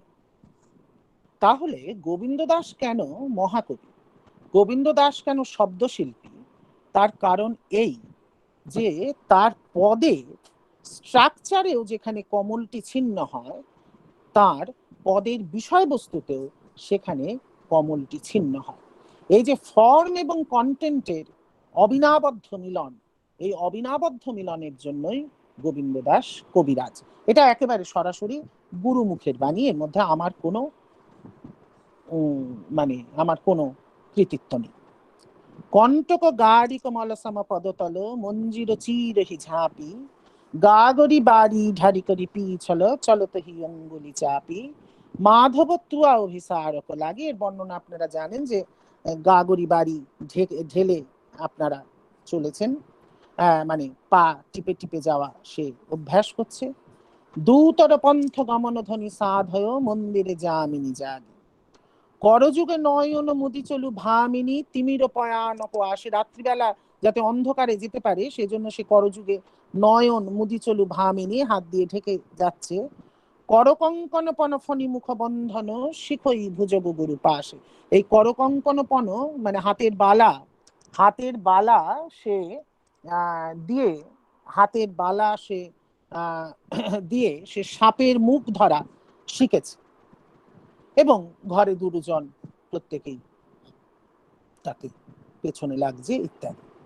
আচ্ছা, এই পথটির ক্ষেত্রে অবশ্যই আমরা দুটি পূর্বসূত্র পাব, যে দুটি পূর্বসূত্রের উল্লেখ না করলেই নয়। এই দুটি পূর্বসূত্র আমরা লক্ষ্য করতে হবে, একটি কালিদাস এবং একটি জয়দেব। আমি একটুখানি সময় লাগবে আমার, কারণ ওই যে বলেছি আমি ভীষণ কম্পিউটার নির্ভর হয়ে গেছে, আমার কোনো বই আমার বাড়িতে নেই, তার ফলে আমি আজকাল সবই পিডিএফ ব্যবহার করতে হচ্ছে। এবং সমস্ত বইরাই যারা আছে এই চতুর্দিকে ফেসবুকে ঘুরে ফিরে আছে তাদের কাছে বইগুলো আছে। তা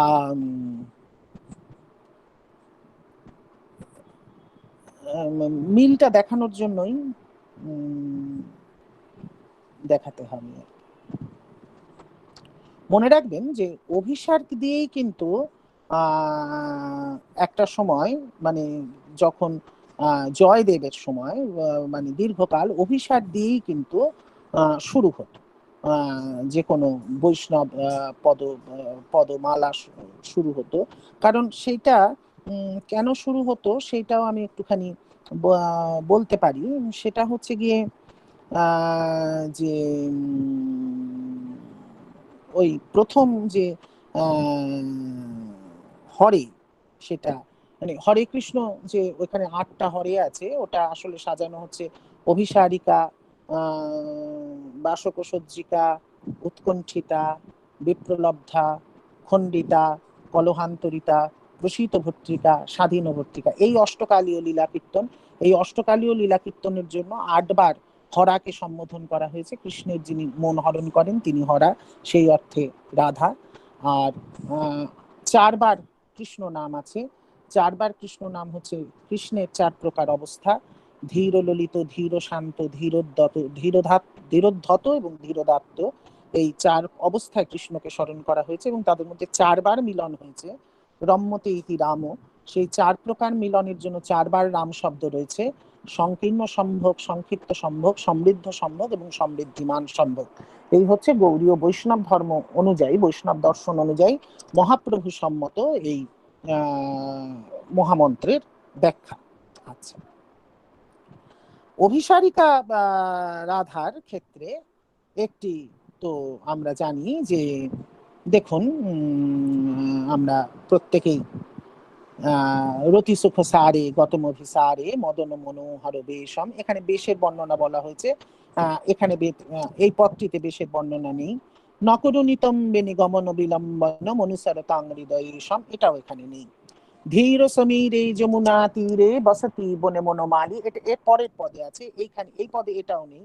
নাম পীন পয়োধর পরিসর মর্দন চঞ্চল কর যুগশালী, এই বর্ণনাও এখানে নেই।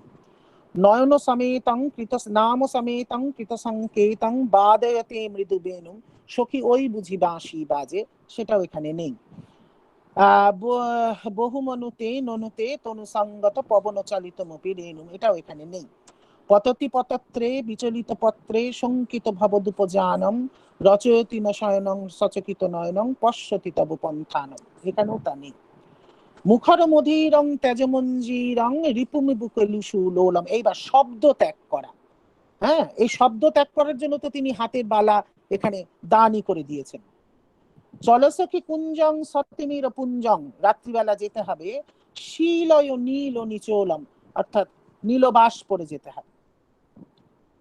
উরসি মুরারে রূপহিত হারে ঘনৈব তরল বালাকে তরিদিব পীতে রতি বিপরীতে রাজ শিশুকৃত বিপাকে বিগলিত বসনং পরিণত রসনং ঘটায় জঘন পিধানম কিশলয় শয়নে পঙ্কজ নয়নে নিধিমিব হর্ষ নিধান, এটা তার পরের অংশ। কিন্তু এই যে অভিসারের জন্য প্রস্তুতি, এই অভিসারের জন্য প্রস্তুতির ক্ষেত্রে জয়দেবের এই পথটির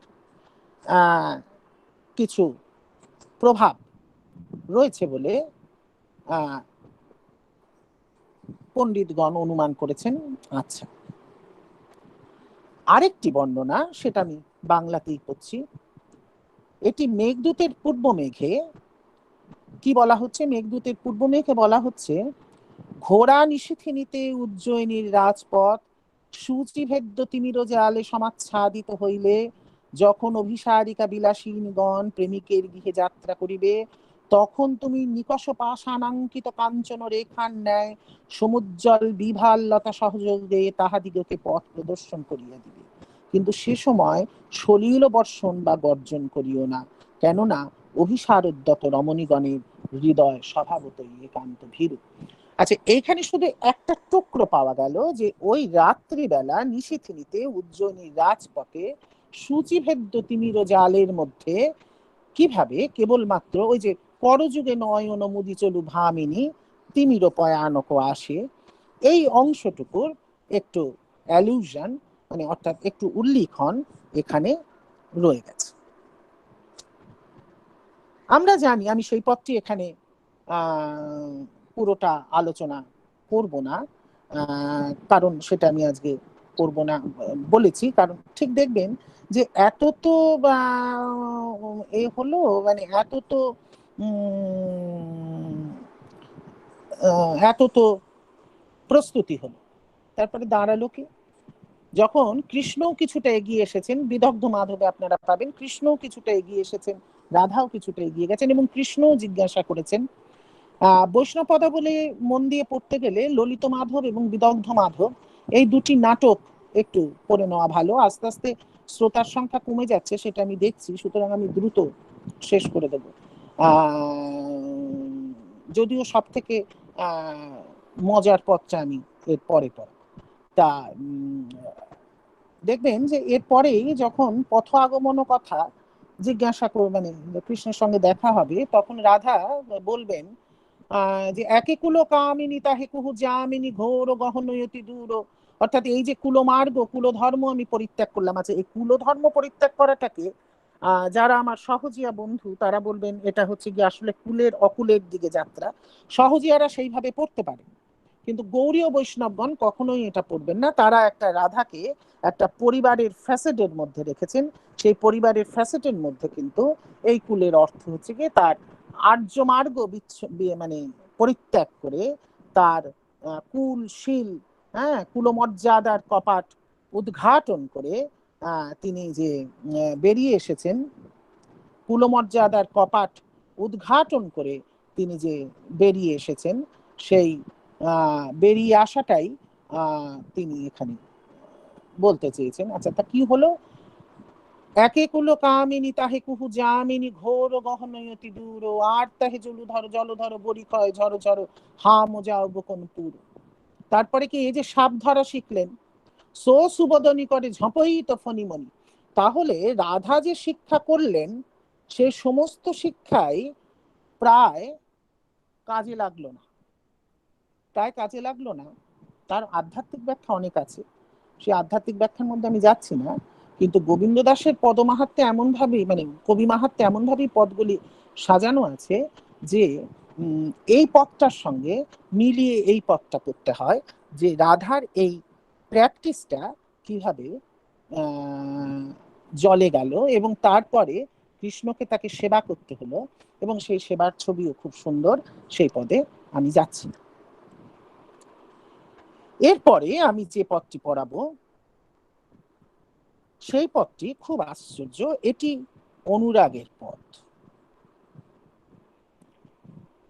এই পদটি আমি যা বলছি এটি মূলত আমারই বক্তব্য, সেটা আপনারা গ্রহণ করলে করবেন, গ্রহণ না করলে আপনারা করবেন। আচ্ছা, অনুরাগ আমরা জানি সঙ্গ নহে রাগ জন্মে কহি পূর্ব রাগ, সঙ্গ পরে রাগ যে সেই অনুরাগ। এখানে সঙ্গ হয়ে গিয়েছে, তার চিহ্ন পাওয়া যাচ্ছে। কিরকম? এমন পীড়িতি কভু নাহি দেখি শুনি, পরাণে পরাণ বান্ধা আপনা আপনি, দুহু করে দুহু কাঁদে বিচ্ছেদ ভাবিয়া। এটিকে অনেকে প্রেম বৈচিত্র্যের পদ বলে চিহ্নিত করেছেন, শুধু দুহু করে দুহু কাঁদে বিচ্ছেদ ভাবিয়া, কিন্তু এটি প্রেম বৈচিত্র্যের পদ নয়। কারণ ওই বিচ্ছেদ ভাবিয়া, ওইটার মধ্যে একটা ভাবি আক্ষেপ আছে ঠিকই, কিন্তু পদটি প্রেম বৈচিত্র্যের পদ নয়। কারণ পদটির মধ্যে ওই জায়গাটা খুব গুরুত্বপূর্ণ নয়, ওই জায়গাটা পদটির খুব রিভিলিং পয়েন্ট নয়। দুহু করে দুহু কাঁদে বিচ্ছেদ ভাবিয়া, আধো তিল না দেখিলে যায় যে মরিয়া, জলবিনু মিনু যেন কবহু না জিয়ে, মানুষে এমন প্রেম কোথা না শুনিয়ে, ভানু কমল বলি সেও হেন নহে, হিমে কমল মরে ভানু সুখে রয়ে, চাতক বলদ কহি নসে নহে তুলনা, সময় নহিলে সে না দেয় এককণা, কুসুপে মধুপে কহি সেও নহে তুল, না যাইলে ভ্রমর আপনি না দেয় ফুল, কিছার চকর চাঁদ দুমুষ দুহু সম নহে, ত্রিভুবনে হেন নাহি চণ্ডীদাস কহে। আচ্ছা, অলঙ্কার তো আপনারা জানেনই যে উপমান এবং উপমেয়ের মধ্যে যদি উৎকৃষ্ট বা নিকৃষ্ট করে দেখানো হয় তাহলে অলঙ্কার ব্যতিরেক। এখানে ব্যতিরেক হলো, তা নিয়ে কিছু অসুবিধা নেই। কিন্তু দেখুন, এখানে প্রত্যেকটি জোর আসলে খণ্ডিত হচ্ছে। মানুষে এমন প্রেম কোথা না শুনিয়ে, সুতরাং মানুষের প্রেম এর তুল্য নয়।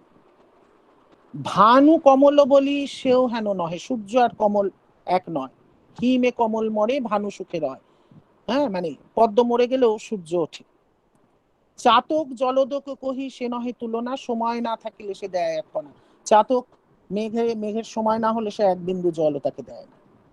কুসুমে মধুপে মধুপকে আসতে হয়, তার মানে এখানে আসবারও প্রয়োজন নেই। এই যে আমি বলেছিলাম অভিসারও অপ্রয়োজনীয়, এখানে আসবারও প্রয়োজন নেই, সবই লীলার অনুরোধে। দেখুন আমি মানে মিথ্যে বলিনি যে অভিসারেরও প্রয়োজন নেই, পুষ্পরাগেরও প্রয়োজন নেই। কুসুমে মধুবে কহি সেও নহে তুলো, না যাইলে ভ্রমর আপনি না দেয় ফুল। তাহলে এখানে নিশ্চয় ভ্রমরকে যাওয়ার প্রয়োজন হয় না, এমন এমন ব্যাপার আছে, সুতরাং অভিসারেরও প্রয়োজন নেই। কি ছাড় চকর ও চাঁদ দুহ সম নহে, চকর এবং চাঁদ এই দুজনের তুল্যই নয়। এদের সঙ্গে কিছুটা মিল, আধো তিলও না দেখিলে যায় যে মরিয়া, অর্ধ মানে এমনই অবিনাবদ্ধ সম্পর্ক, এমনই এমনই নিত্যবদ্ধ সম্পর্ক যে এক মুহূর্ত যদি না দেখা যায় তাহলে এরা বাঁচে না, অনেকটা জল এবং মাছের মতো। তাহলে এই সম্বন্ধ নিত্য সম্বন্ধ। কিরকম নিত্য সম্বন্ধ? এমন প্রীতি কভু নাহি দেখি শুনি, পরাণে পরাণ বান্ধা আপনা আপনি, দুহু করে দুহু কাঁদে বিচ্ছেদ ভাবিয়া। আচ্ছা, পরাণে পরাণ বান্ধা আপনা আপনি, এটাকে জাস্ট হাগ বলে ধরবেন না, হ্যাঁ, জাস্ট আলিঙ্গন নয়, সাধারণ আলিঙ্গন নয়, দুহু করে দুহু কাঁদে বিচ্ছেদ ভাবিয়া। আচ্ছা, দুজনের কোলে কি দুজনের পক্ষে একই সঙ্গে ওঠা সম্ভব? হয় কৃষ্ণের কোলে রাধা উঠতে পারেন অথবা রাধার কোলে কৃষ্ণ উঠতে পারেন, কিন্তু দুজনের কোলে একই সঙ্গে তো ওঠা সম্ভব না। তাহলে দুহু করে দুহু কোলে, দুহু করে দুহু কাঁধে, তাহলে দুহু করে দুহু উঠতে পারে কি করে? তখনই উঠতে পারে যখন পরাণে পরাণ বান্ধা আপনা আপনি, যখন দুটি হৃদয় একত্র হয়ে যায়। তাহলে দুটি হৃদয় কি করে একত্র হয়ে যায়? যখন রাধা এবং কৃষ্ণ দুজনে একত্র হয়ে যায়। রাধা এবং কৃষ্ণ কখন একত্র হয়ে যান? একবার মর্তভূমে তারা একত্র হয়েছেন, যখন চৈতন্য অবতারে তারা রাধা এবং কৃষ্ণ এই যুগল অবতারে আবির্ভূত হয়েছে। এবং এই কারণে সর্বাতিশায়ী, কারণ রাধা এবং কৃষ্ণ প্রকাশে মহাপ্রভু অবতারে বলবো না, মহাপ্রভু আবির্ভাবে, রাধা এবং কৃষ্ণ প্রকাশে তাদের মধ্যে দেহগত ভেদ ছিল, কিন্তু চৈতন্য অবতারে সেই দেহগত ভেদটাও চলে যাবে। আর পরাণে পরাণ বান্ধা আপনা আপনি, হ্যাঁ, এবং এই যে তিলেক মাত্র আধো তিল না দেখিলে যায় যে মরিয়া, সারা বৈষ্ণব পদাবলিতে এর আরেকটি উপমান, আরেকটি তুলনীয় পদ মাত্র আছে, বহিলহি রাগ নয়ন ভঙ্গ। সেই বিখ্যাত পদ যেটি রায় রামানন্দ মহাপ্রভুকে শুনিয়েছিলেন, সেখানে কি বলা হচ্ছে যে আমাদের উভয়ের মনকে, দুহু মন মনোভব, দুহু মনোভব, এই দুহু মনোভব, আমি এই সমস্ত উত্তর এখন দেব না, এটা প্রেম বৈচিত্র্যের পদ নয়, এটা অনুরাগের পদ। আচ্ছা, এই দুহু মনোভব পে সলজনী, এই দুহু মনোভাব পে সলজনী, দুহু মনকে মনোভাব পিষ্ট করেছে। এই যে পিষ্ট করা, দুটো মনকে পিষ্ট করা, এই দুটো মনকে পিষ্ট করাই হচ্ছে পরাণে পরাণ বান্ধা আপনা আপনি। সুতরাং পহিলহি রাগ ও নয়নভঙ্গ ভেল, ওই যে প্রেমবিলাস বিবর্তের যে অবস্থা, ওই প্রেমবিলাস বিবর্তের অবস্থা, সেই অবস্থাটা এইখানে একটি তার সূত্র রয়ে গেছে, পরাণে পরাণ বান্ধা আপনা আপন। এখানে মদনের প্রসঙ্গ আসে। আচ্ছা, এই বাঁধনটা এই পদের গুরুত্বপূর্ণ। জলবিনু মিনু যেন কবহু না জিয়ে, এই পদের মধ্যে আসলে এই বিচ্ছেদটার কথা চিন্তাই করা যায় না। এইটাকে যদি বিচ্ছেদের দিকে যদি এই পথটা ঘুরে যায়, তাহলে এই মানে বিচ্ছেদের চিন্তাটাই যদি চূড়ান্ত হয়, তাহলে পথটা প্রেমবিলাস বৈচিত্র্য হতো, এই প্রেম আমাদের প্রেম বৈচিত্র্যের পদ হতে পারে।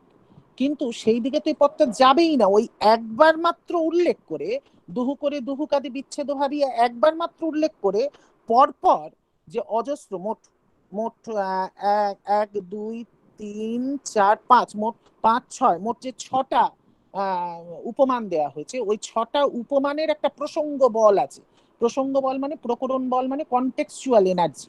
এই প্রকরণ বলের ফলে ওই বাক্যটা গৌণ হয়ে গেছে বা গুণীভূত হয়ে গেছে। যদি রসতত্ত্ব মন দিয়ে পড়তে তাহলে দেখতে যে কোনো কোনো বাক্য বা কোনো কোনো প্রসঙ্গ গুণীভূত হয়ে যায়, সেটা পদই গুণীভূত করে দিচ্ছে, আমার ইচ্ছে মতো আমি সেটাকে প্রধান করতে পারবো না।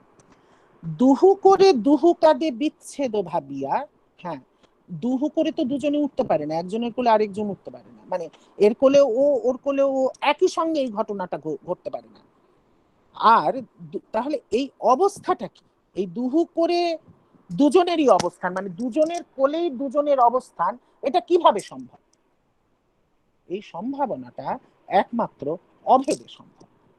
সুতরাং এই পথটি আসলে অভেদের বর্ণনা, এটি কখনোই ওই ছবার খণ্ডন করেছেন, হ্যাঁ দীপান্বিতা বলেছে, ঠিকই বলেছে, ছবার খণ্ডন করেছে। এই যে এইটা অভেদে সম্ভব, এবং এই অভেদের বিষয়টি আছে বলে চৈতন্য যখন রায় রামানন্দের মুখ আচ্ছাদন করলেন, কেন আচ্ছাদন? তার কারণ হচ্ছে কি, এই অভেদটাকে যদি প্রকটিত করা যায় তাহলে তার লীলা বিস্তারই করা যায় না, লীলাকে প্রকাশিত করা যায়। তাহলে অনুরাগ যে তুঙ্গবিন্দুতে উঠতে পারে, অনুরাগের তুঙ্গবিন্দু হচ্ছে গিয়ে যেখানে মানে যার পরে আর আপনি বিরহাবস্থায় কল্পনা করতে পারবেন না, সেই অবস্থাটাই হচ্ছে গিয়ে এই পথটির মধ্যে রয়েছে, যেখানে মনোভাব দুজনের মনকে একেবারে পিষ্ট করে দিয়েছে। কিন্তু তারপরেও তাদেরকে নেমে আসতে হবে। কেন নেমে আসতে হবে? এটা কোনো লৌকিক প্রেম বৈচিত্র্যের জন্য নয়, নেমে আসতে হয় হচ্ছে গিয়ে প্রেম বৈচিত্র্যের মধ্যে আমাদের একটা সাধারণ পাঠ আছে যে প্রেম বৈচিত্র্য দুহু করে দুহু কাঁদে, মানে এই পংক্তিটির এত অপব্যাখ্যা হয়েছে যে দুহু করে দুহু কাঁদে বিচ্ছেদ ভাবিয়া যেন দুজনে একেবারে বিচ্ছেদের দুঃখে কেঁদে ভাসিয়ে দিল, তা তো নয়। আসলে বিচ্ছেদ তো হবে লীলার জন্য, এবং সেই লীলা তো আনন্দ বর্ধন, লীলা তো আনন্দকে বর্ধন করবে। আর ওই যে বিরহ, সেই বিরহ তো ছল। সেই জন্য মূলত রাধার মান এবং রাধার বিরহ, এই দুটি পথকেই কিন্তু রসিকরা খুব গুরুত্বপূর্ণ পর্যায় বলে মনে করেননি। এমনকি মহাপ্রভু নয়, সরি, রবীন্দ্রনাথ তো মানের পথকে অপছন্দ করেছেন। লোকসাহিত্য প্রবন্ধে এও আমাদের মাস্টারমশাই আমাদের বলেছেন, লোকসাহিত্য প্রবন্ধে রবীন্দ্রনাথ মানের পথকে অপছন্দ করেছেন।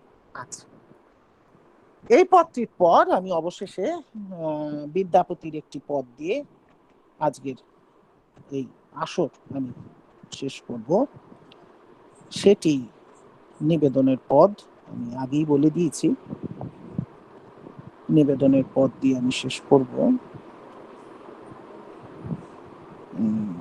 তাতল সৈকতে বাড়ি বিন্দু সম সুতমিত রমণী সমাজে, সেই পদটি দিয়ে আমি শেষ করব।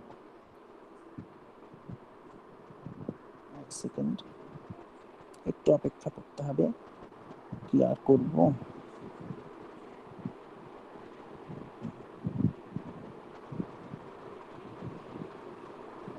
তাতল সৈকতে বাড়ি বিন্দু সম সুতমিত রমণী সমাজে, তো হে বিসরি মন তা হে সমর্পলু অবমঝু হবে কোন কাজ।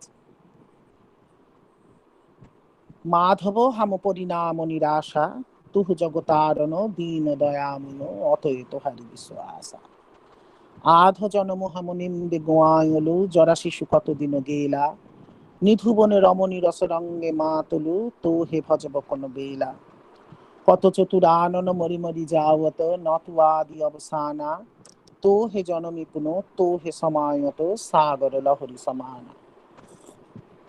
ধনয়ে বিদ্যাপতি শেষ সমন ভয় তুয়া বিনু গতি নাহি আরা, আদি অনাদিক নাথ কহায়সি অবতারণ ভরিত হারা। অনুবাদ খুব পরিষ্কার। তাতল সৈকতে বাড়ি বিন্দু সম, তপ্ত সৈকতে বাড়ি বিন্দু যেরকম মুহূর্তে শুকিয়ে যায়, ঠিক সেই রকম এই সুতমিত রমণী সমাজে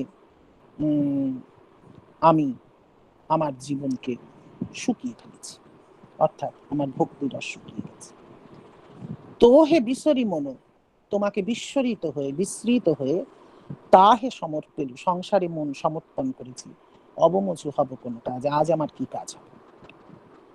মাধব হাম পরিণাম ও নিরাশা, আমার পরিণাম কিছু, নিরাশা না। আচ্ছা, মনে রাখবেন আসলে মানুষের মৃত্যু ভয় থেকে মানুষের স্বর্গ, পরলোক, লীলা, নিত্য বৃন্দাবনের কল্পনা, এটি, হ্যাঁ, এটি নিবেদনের পদ, সরি, প্রার্থনার পদ, অবশ্যই প্রার্থনার পদ।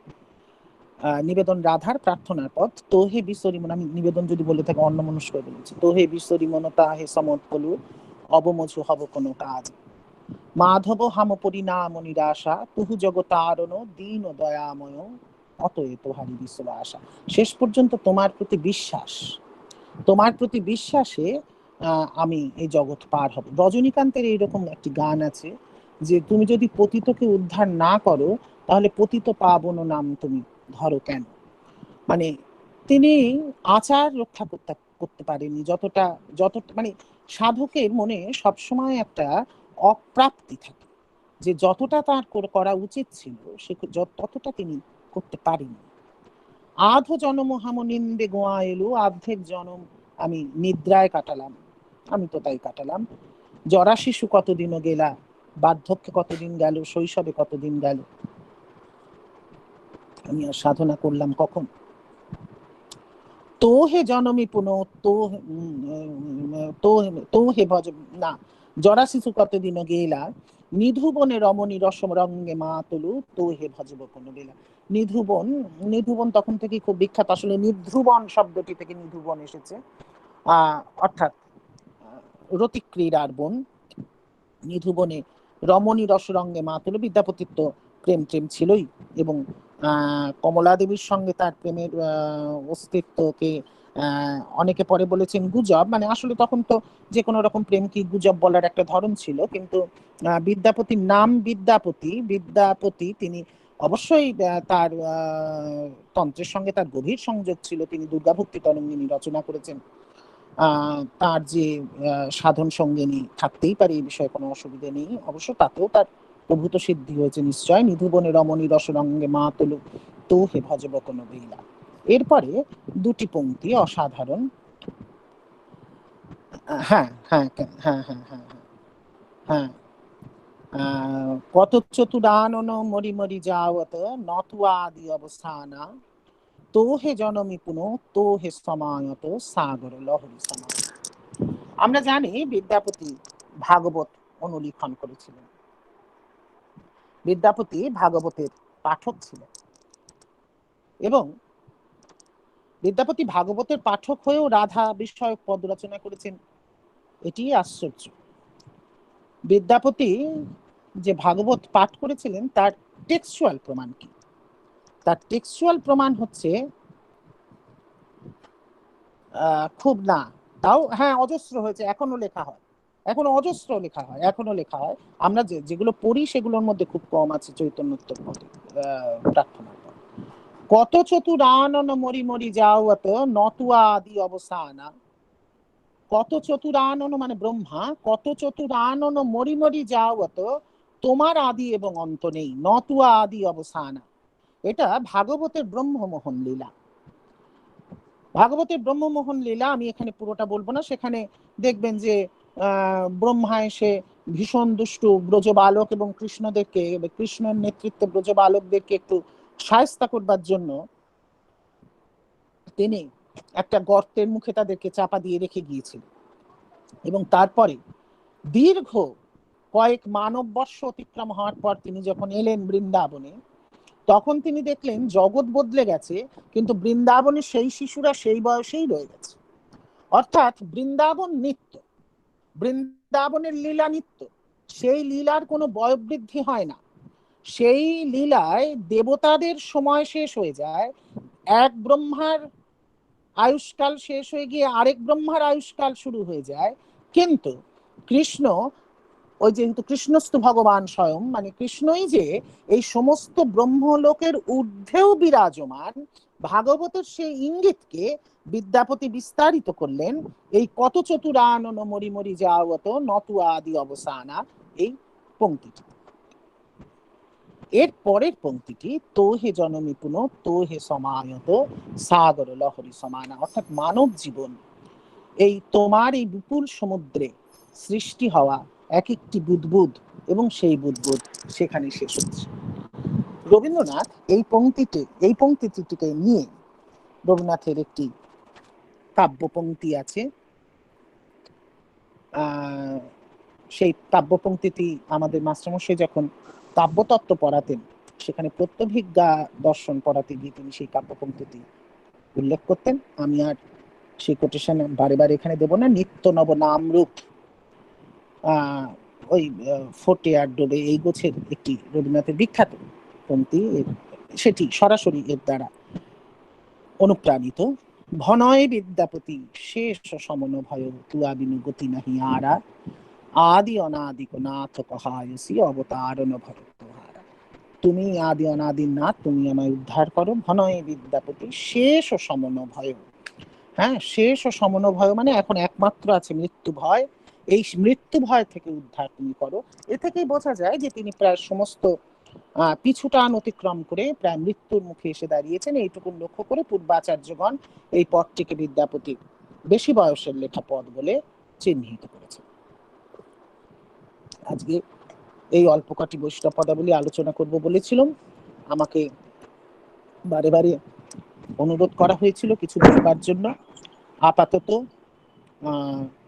আমি আপনাদের কাছে বিদায় জানাচ্ছি। আপনাদের উপস্থিত রাধার আশীর্বাদ বর্ষিত হোক। আজ রাধাষ্টমী, আপনারা আনন্দ থাকুন। ধন্যবাদ। খুব ভালো লাগলো স্যার। ধন্যবাদ। আচ্ছা, কার কি প্রশ্ন আছে?